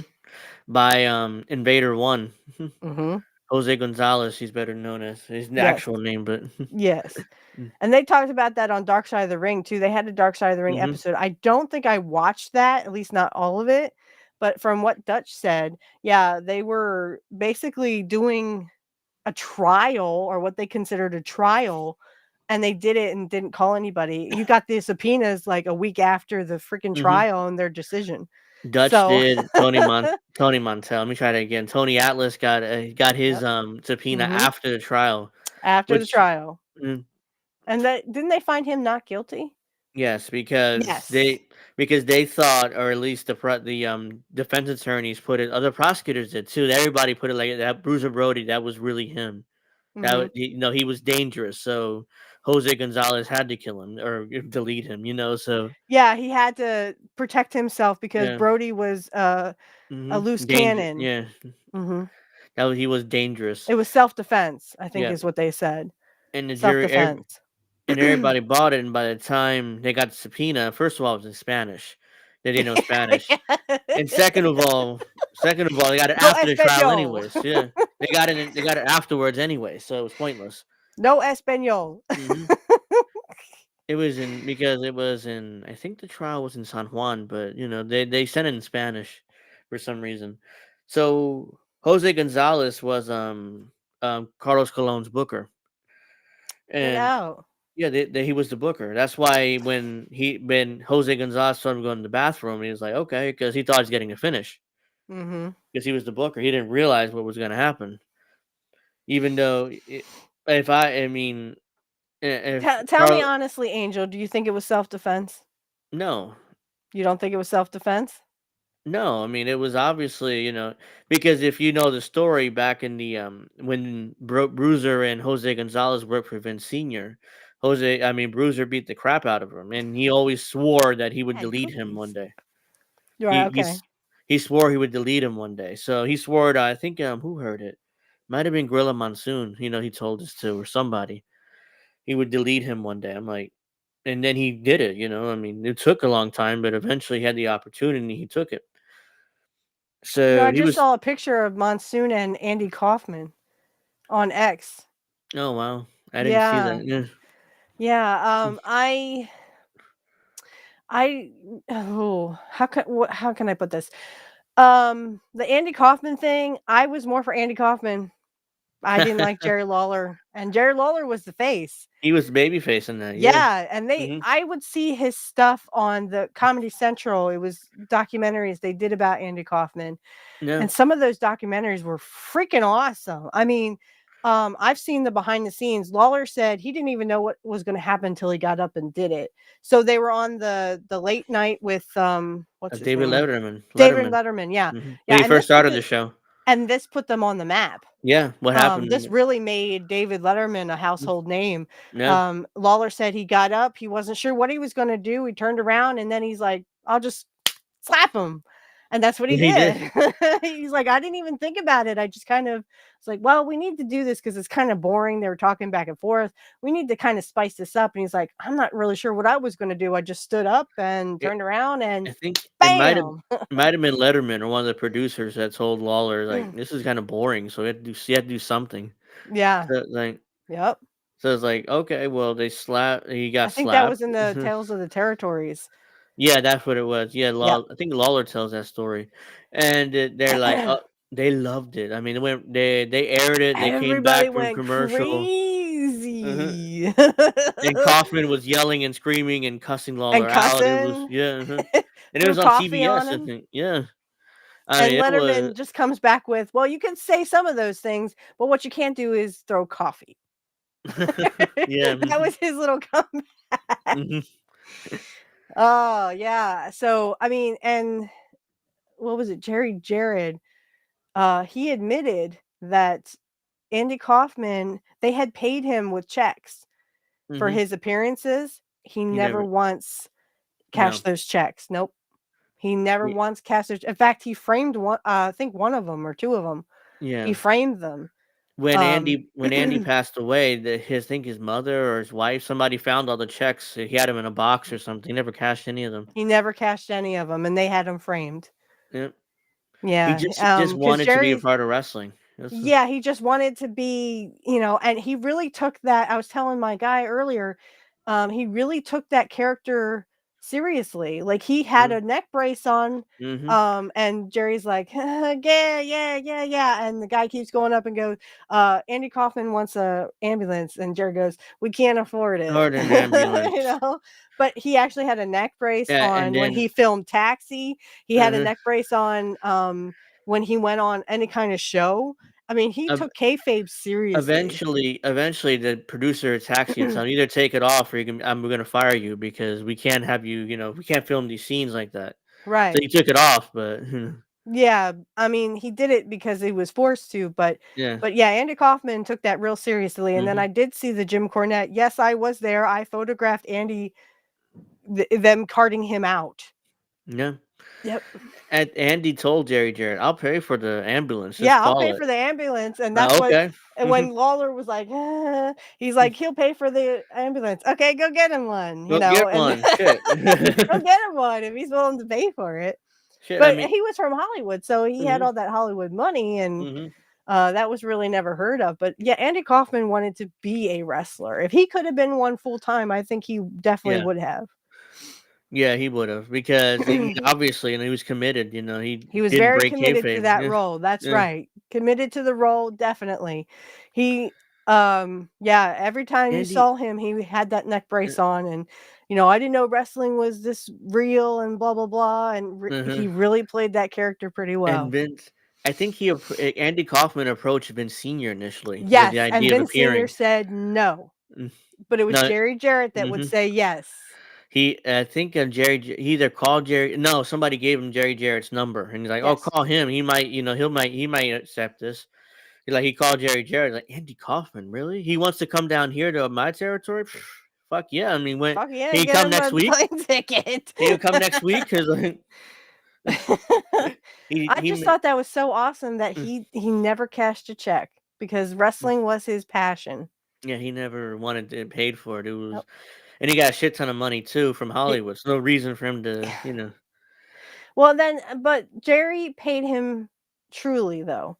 So yeah. whatever he did in Memphis with Hmm. Jerry Lawler, who I never liked, I didn't like him even when he was a heel commentator. Um, when he, had that spot with Jerry, and in the movie with Jim Carrey, if you ever seen that, the guy Uh-huh. comes up to him and says, "You guys can't work together anymore." And we're like, "Wait, why?" They're like looking at each other, going, "Why? Why can't we work together anymore?" Because fans believed it, and they Yeah. were calling for Andy's, demise, Yeah. his deletion. Uh-huh. Well, he wanted to do it in New York, but Vince Senior said no. He also fired Hogan for doing Rocky 3, so he was very traditional. It wasn't like he Yep. would have, but he did approach Vince Senior first, and he was like, Vince "No, we." Jr. fired Jesse for doing Predator. Yes, Yep. because I think he wanted part of the pay, or Vince And Jesse Jr. said, "Go screw yourself." Like, Ooh. so he was out, and then Vince got the deal for Saturday Night's Main Event, Right. and And but they wanted NBC, Jesse. They wanted right, Jesse. NBC said, "We don't want to do Saturday Night's Main Event without Jesse Ventura." So we went, Fuck. "Jesse." And Jesse tells the story. I think he signed before he signed with Vince. He signed a contract to do another movie. Was Yes, it it? was an independent film called Yeah. Abraxas. Yes, that's what he signed. Yep. Like, let me sign this before I go sign with Vince because he won't let me do it.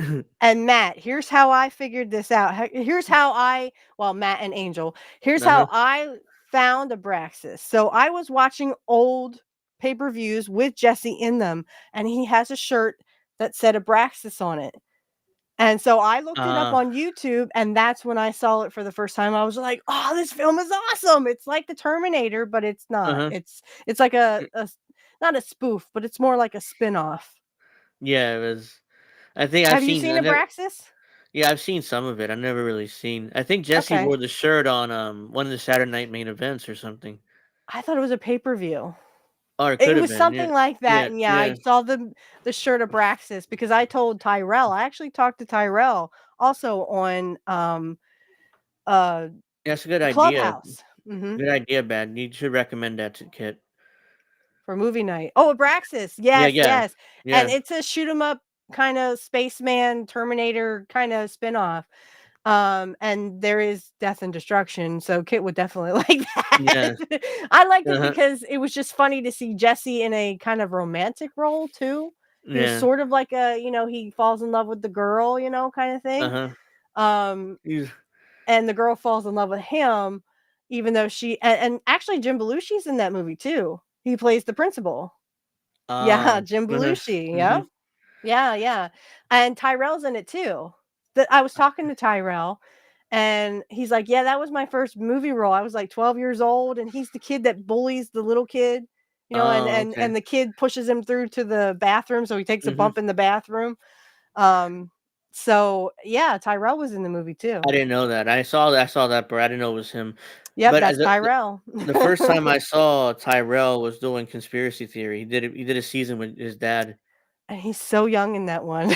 Yeah. Not that he's old, but Yeah. yeah, I just saw the one about brain, not brain scanning. It's about people hear noises and voices in their head because there's towers around and Yeah, it's yeah, causing them interference with their I've brains. seen that episode. I seen it. I love that show. I've seen nearly every episode.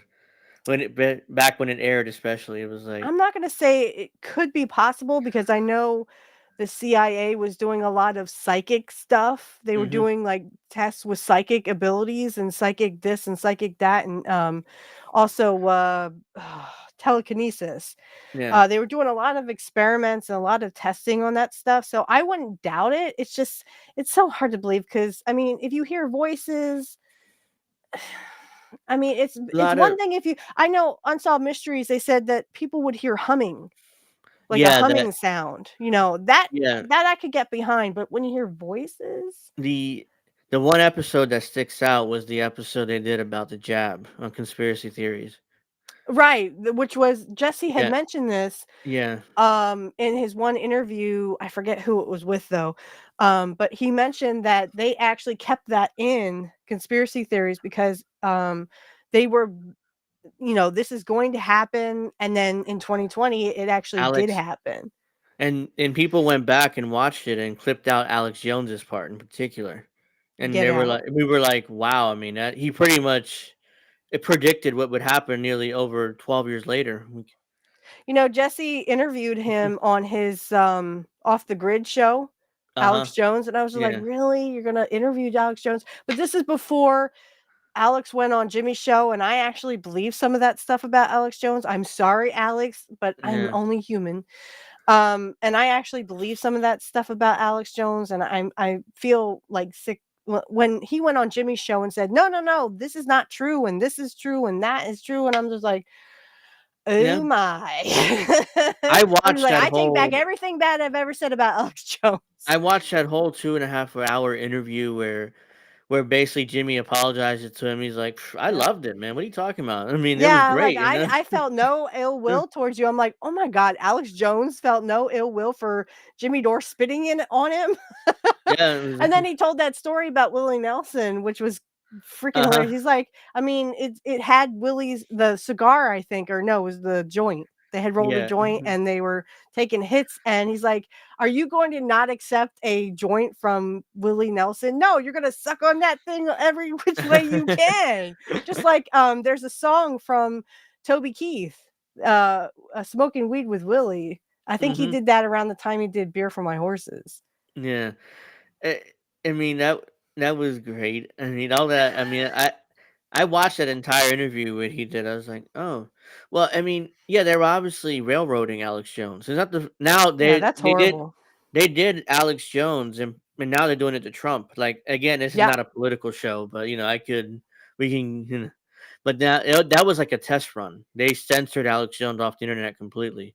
Like yep. he barely was on Rumble. I think he started And like I using. said, when I tried to promote my one episode, which was WrestleMania 5, I had to take out everything about Trump or they would not let me promote it because even though it Yeah, was taped at or it was live at Trump Plaza 30 yeah, some years ago, and the Blue Blazer throws Mr. Perfect out in front of, I mean, Trump was sitting at ringside. So, I yeah. mean, what was I He was. supposed to say? Oh, right out in front of Trump is all I said. I didn't say Yeah, anything about Trump 2024, nothing. I didn't say vote for Trump. I didn't say any of that stuff, but I had to literally take out everything about Trump or I could Trump. not promote that video. Trump was at ringside for 4 and 5 because four and 4 and five was 5 because he it was was in both Trump Tower at Trump or Plaza, Trump right? Plaza. Excuse me. Yeah, at Yeah, Atlantic City. And yeah. what did they want me to do? Not say Trump Plaza? That's pretty much what they wanted me When to do. when Macho Man won the world title that in 4, you could see Trump kind of doing this, Yeah.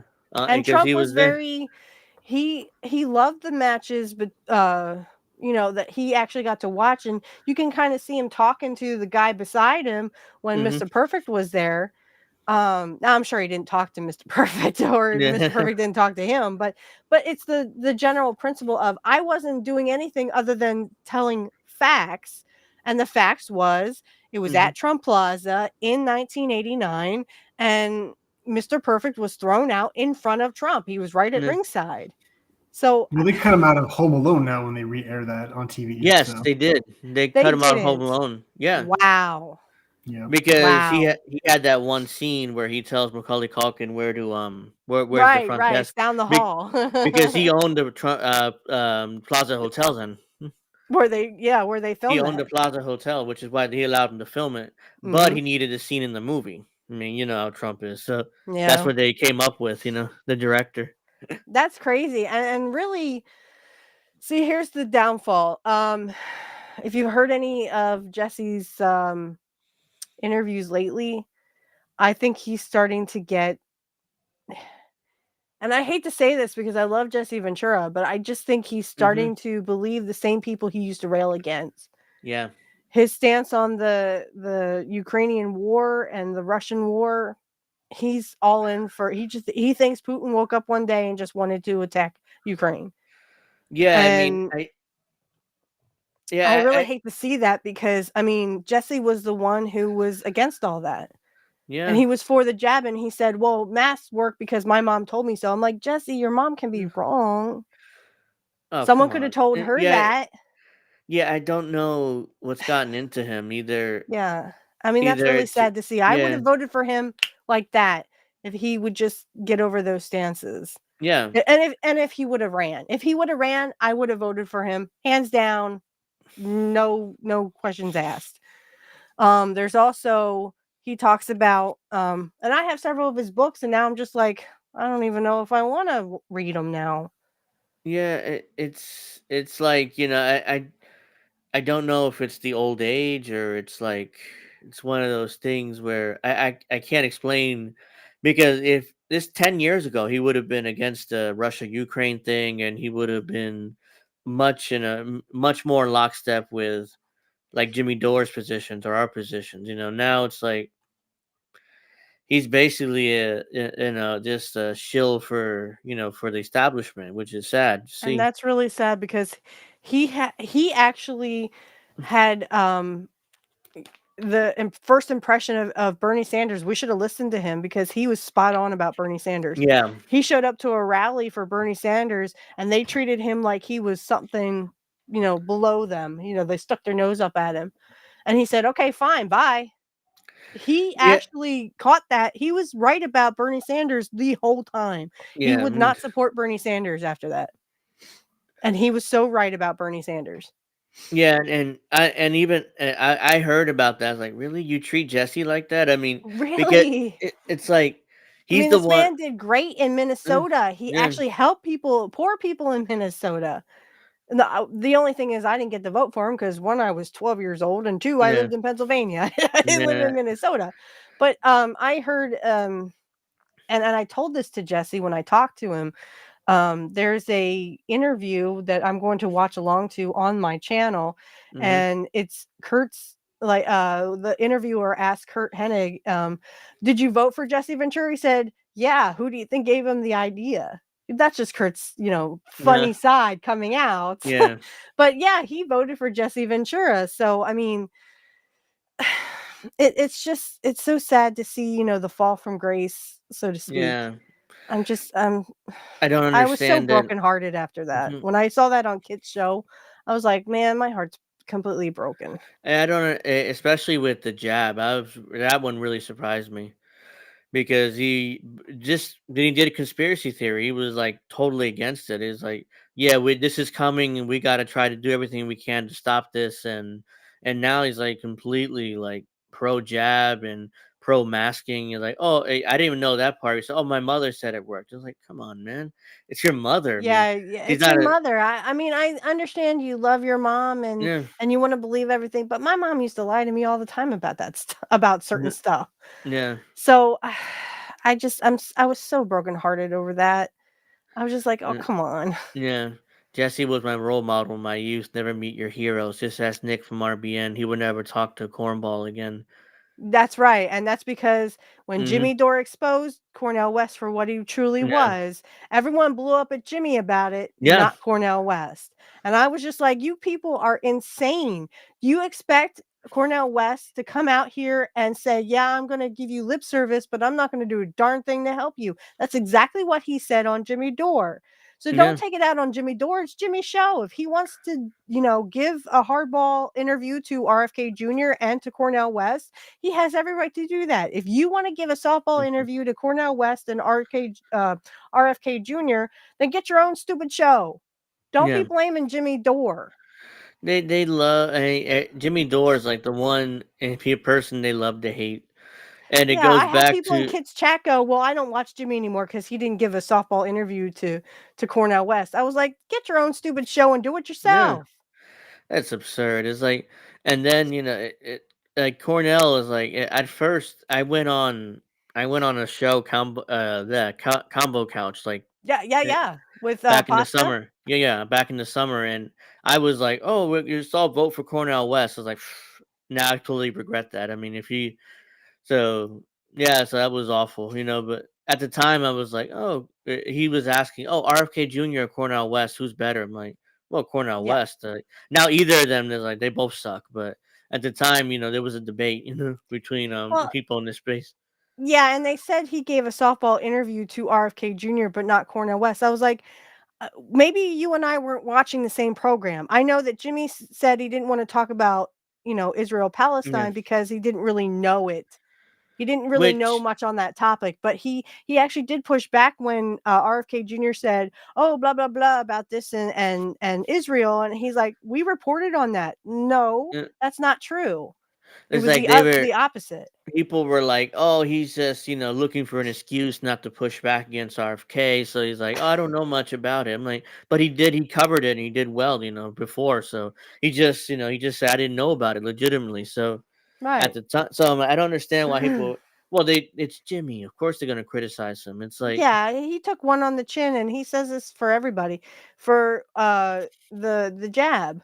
He believed in it just like the rest of us believed in it, and then when I he did started too. doing his own, I did too. I got the Yeah, first 2 jabs. yeah. So did I. And now I find out, well, I'm a ticking time bomb. I could go at any time because it was poison. What they Hmm. gave us was poison. And that's because we all did our own research and Yeah, found out, yeah, it was poison. They wanted to control us. yeah. But I do have to say this: the jabs are safe and effective. So make sure you take Yes. all of them. Yes. Okay. The safe and effective. Make sure you get your boosters, Mhm. everybody. Yep, we have to say that, but Just like Jimmy does every time mhm. he's on. I watch him on Rumble. I don't watch him on YouTube anymore. Yeah, I'm sick of YouTube. I'm sick of all the haters and the trolls and stuff. yeah, I'm and starting to get that it's way about kits too, because there's people in there talking about, like, every time I come on, this person goes, "Jesus loves you." I'm like, "Fuck Jesus, all right? That's your male witch. Great, I'm glad you love him, but I don't have to." And this person does it because I literally will, because my name is Mrs. Witchy Perfect and I'm a witch, Yeah, right? yeah, So I'm like, and I was talking to him and I said, "You know what? If you're insecure with your religion, that's on you. I'm mhm, not insecure with my religion. I'm not sitting here saying Hecate this and Hecate that, and you should love yeah. Hecate." Okay. So I'm sorry that you're insecure with your religion, but that's not my problem. YouTube is I mean, and they nearly took away Kit's channel too. I mean, it took a long time for they to get him back his channel. So No, Kurt would never be on Jimmy Dore Plantation. That was so stupid. I can't believe he said that. and he He, doubled down on that and he tripled doubled down down too. on it. Yeah, he went on Tim Black's show, who gave him a softball interview, Yeah, and he really, he was didn't push talking back on about anything, but then no, and Tim he Black called Jimmy Dore, he called, Steph, he called her a dizzy wife, your dizzy, stupid wife or something like that. yeah, Um, it's just it's look, I think the thing is about wrestling and politics, yeah, they do kinda mix because yeah, Kane, or Glenn Jacobs, excuse me, yeah. is the mayor of something Eh, in Tennessee. I yeah, forget the city, Knoxville. and is it near Knoxville? Yeah, he's a So mayor they of do kinda somewhere. conjoin, Yeah, and, he do got I think Kurt reelected. Hennig would be for RFK Jr.? Maybe before he was on Jimmy Dore's show, Do I think Kurt Hennig would like Cornell West? Absolutely not, especially when he No, pooped the bed on Jimmy's show. no, Um, he just came across as an overeducated Princeton professor, which is what right. he is.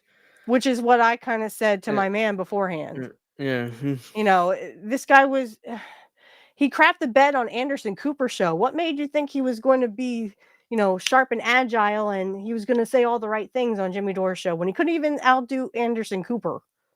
yeah, he's like he's used to being on college campuses, and doing his philosophy classes, but he's not a politician, and he just completely now he's done. RBN's even like fuck him, like they did like an hour and a half video just owning him. hmm It was a long one. I haven't watched it yet, but it was like, I and the when it goes to here's the thing. So in 2000, or I think it was just when Jesse won. No, I think it was like 99 or 2000. But Jesse had just become governor. And Hogan did this thing where he was, oh, I'm running for president. I'm like, of what, Hogan? yeah, that's when he became You like he remember wanted that when he to actually one up came out and he's Jesse. like, Yeah, all these political balloons are coming down. Oh, yeah, I'm going to be the nominee and everything. I'm going to be president. I'm like, president of what, Hogan? What are yeah. your policies? What do you stand for? Or He wanted it to was one probably up. just a big spoof. Yeah, he wanted to one up Jesse. So it was like, oh yeah, I mean, he's the governor of Minnesota. I'm running for president. It's I'm like, running for president. And then yeah, he'd come out with the boas and stuff. And I'm yeah, just it's like, stupid.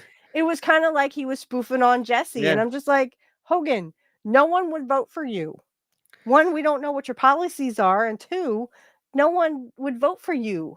he's They voted for probably. Jesse because Jesse made sense. And Jesse Hmm. was a progressive then. And he had the debate. I mean, they let him in the debate like a week before, and he Yep. killed the Republican and Democrat. And that's why he became governor. And And ever because since everyone then, loved what he said, because he was talking the sense, he was talking the third yeah, party way, not like the third party today. yeah. It's just so dumb. And even ever since then, they haven't let a third party person or independent in the debate stage for Nope, they any haven't. either for president or for governor or whatever. I mean, it's not That's very happening. true. Yep. Senator. And Jesse said before he left office, the Democrats and Republicans got together to screw the poor people. Hmm. They got in bed together just so that they could screw over poor people. Whereas they got mad at Jesse because Jesse wanted to tax the rich people in Minnesota, not Yeah. the poor people, the rich people. And they got But mad at him and got together. The Hmm. Republicans and Democrats are supposed to be, the Uni Party got together and literally did what they wanted and screwed up the budget anyway. Yeah. They that's what George also. Carlin always said. Mm-hmm. Yeah, and they also Jesse wanted to because they had a surplus in Yep. Minnesota, and Jesse wanted to give all the money back to the citizens because To the look, to the poor people, right? yeah, because he didn't need the That government was didn't their need the money. money. It was Yeah, their money. And Jesse said this. He said it on Clubhouse a couple times. He's like, "Why would I take that money and spend it on other things when it was their money? They gave it to us." yeah. So So that we could get the roads done. So we got the roads done and we did this and we did that for them. And and then we gave it back.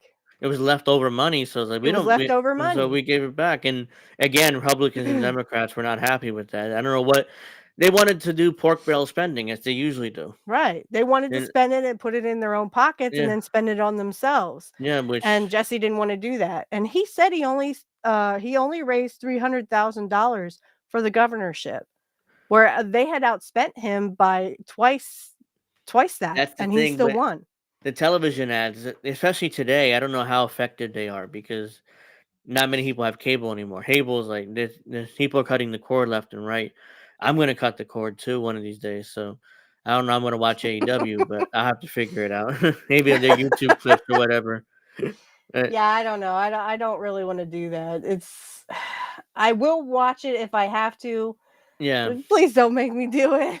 Look, I mean, I do it mostly through Cornette. I mean, everybody follows AEW through him That's these right. That's why I watched his show and I was like, come on, Cornette, let's go.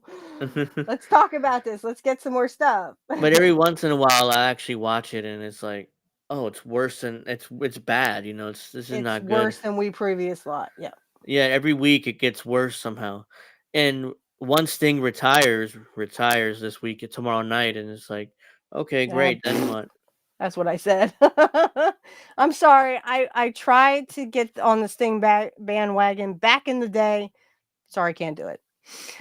Cannot do it. Cannot Yeah, do I'm it. not a fan. And he's, and there's a compilation on the internet on X or Twitter. Like good, thank you, Sting. Goodbye, Sting. Thank you for the memories. I'm like what memories? It's The doing a only Patreon show, and he's doing that woman who shakes her behind. I'm like, come on, I can do what that chick can do. Stop it, kid. Yeah, I mean, I'll say one last thing because I do have to go, but Yeah, I yeah, I do mean, too. I got to get on his show. yeah. So I'll just say this, the only thing I remember Sting for is Starrcade '97 when he finally beat Hogan, but again, that Right. was botched. So yeah, that's the only thing It was no, completely botched. by Actually, Hogan. I think we should let Matt have the last word. What do you think, Matt? Yeah, go ahead. Wow. Sting was okay. The baseball bat and changing his gimmick to the crow kind of character was probably what I remember him for. But yeah, Yeah. it was nothing original. And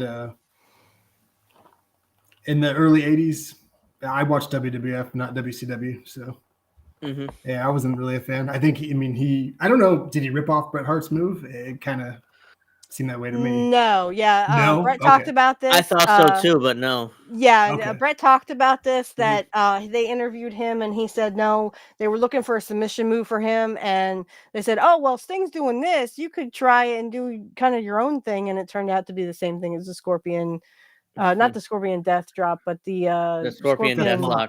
Deathlock. Yeah. Deathlock. Yes, Hmm. yes, Yeah, yes. Crazy. yeah. So I think that'll do it for this week. Hope you Yep. guys enjoyed. Please subscribe. Want to thank Matt for coming on too this week. And if you want to Yes, thank talk you, Matt. about your new show, you can real quick. Yeah, go ahead, Matt. We were kind of talking about it earlier, but I know you're stoked for it. And like I said, it is called Black Magic Talk. It will be Hmm. recorded on Monday, probably drop Tuesday. So for everyone, all you Wiccans, pagans out there, or whatever you are, even if you just are interested in knowing about Wicca, uh, you know, Yeah, hit the like um, button. yeah, hit the like button anyway. So go ahead, Matt. Just, say what you think about it. Yeah, I'm looking forward to it. I've got a lot to say, so I think it'll be interesting. I'm going to try to take as neutral a stance as I possibly can, depending on what we talk about, I suppose. But I think it'll be really interesting. So Right. Well, I think the first episode will be like, how did you come to your path? So, like, for me, how did I come into Wicca? For you, how did you start liking paganism or pagan? Or how did you become a pagan and worshiping the Norse gods? So, we're talking Thor, Loki, gosh, now I forgot her name. Freya. I'm sorry. Freya? Yeah, Freya, and the king, Odin. Odin. Odin. Okay. Yeah, I do know a couple of things there. No. But yeah, it would just be kind of like, how did you get to your path? Okay. And then I also would like to do some stuff about the moon phases. So like March 10th is a new moon. And that's big for us Wiccans. So Hmm. we could talk about, the moon phases, and I'll talk about what we do kind of to the moon. She's a big part of the moon is a big part of our rituals. And we my dad always pokes fun of me. He's like, "Oh, you sacrifice virgins." I'm like, "No." Well, if you That's don't the know myth. anything, That's the Hollywood yeah. coming out. Yeah. Well, if you guys don't know anything about that, it'd be interesting to watch. I'll definitely check it out 'cause I don't know much about that, so I'll be interested to check Right. it out. And like I Well, said, magic is neither black nor white. It was just a catchy title that Matt and I were just kind of throwing around ideas.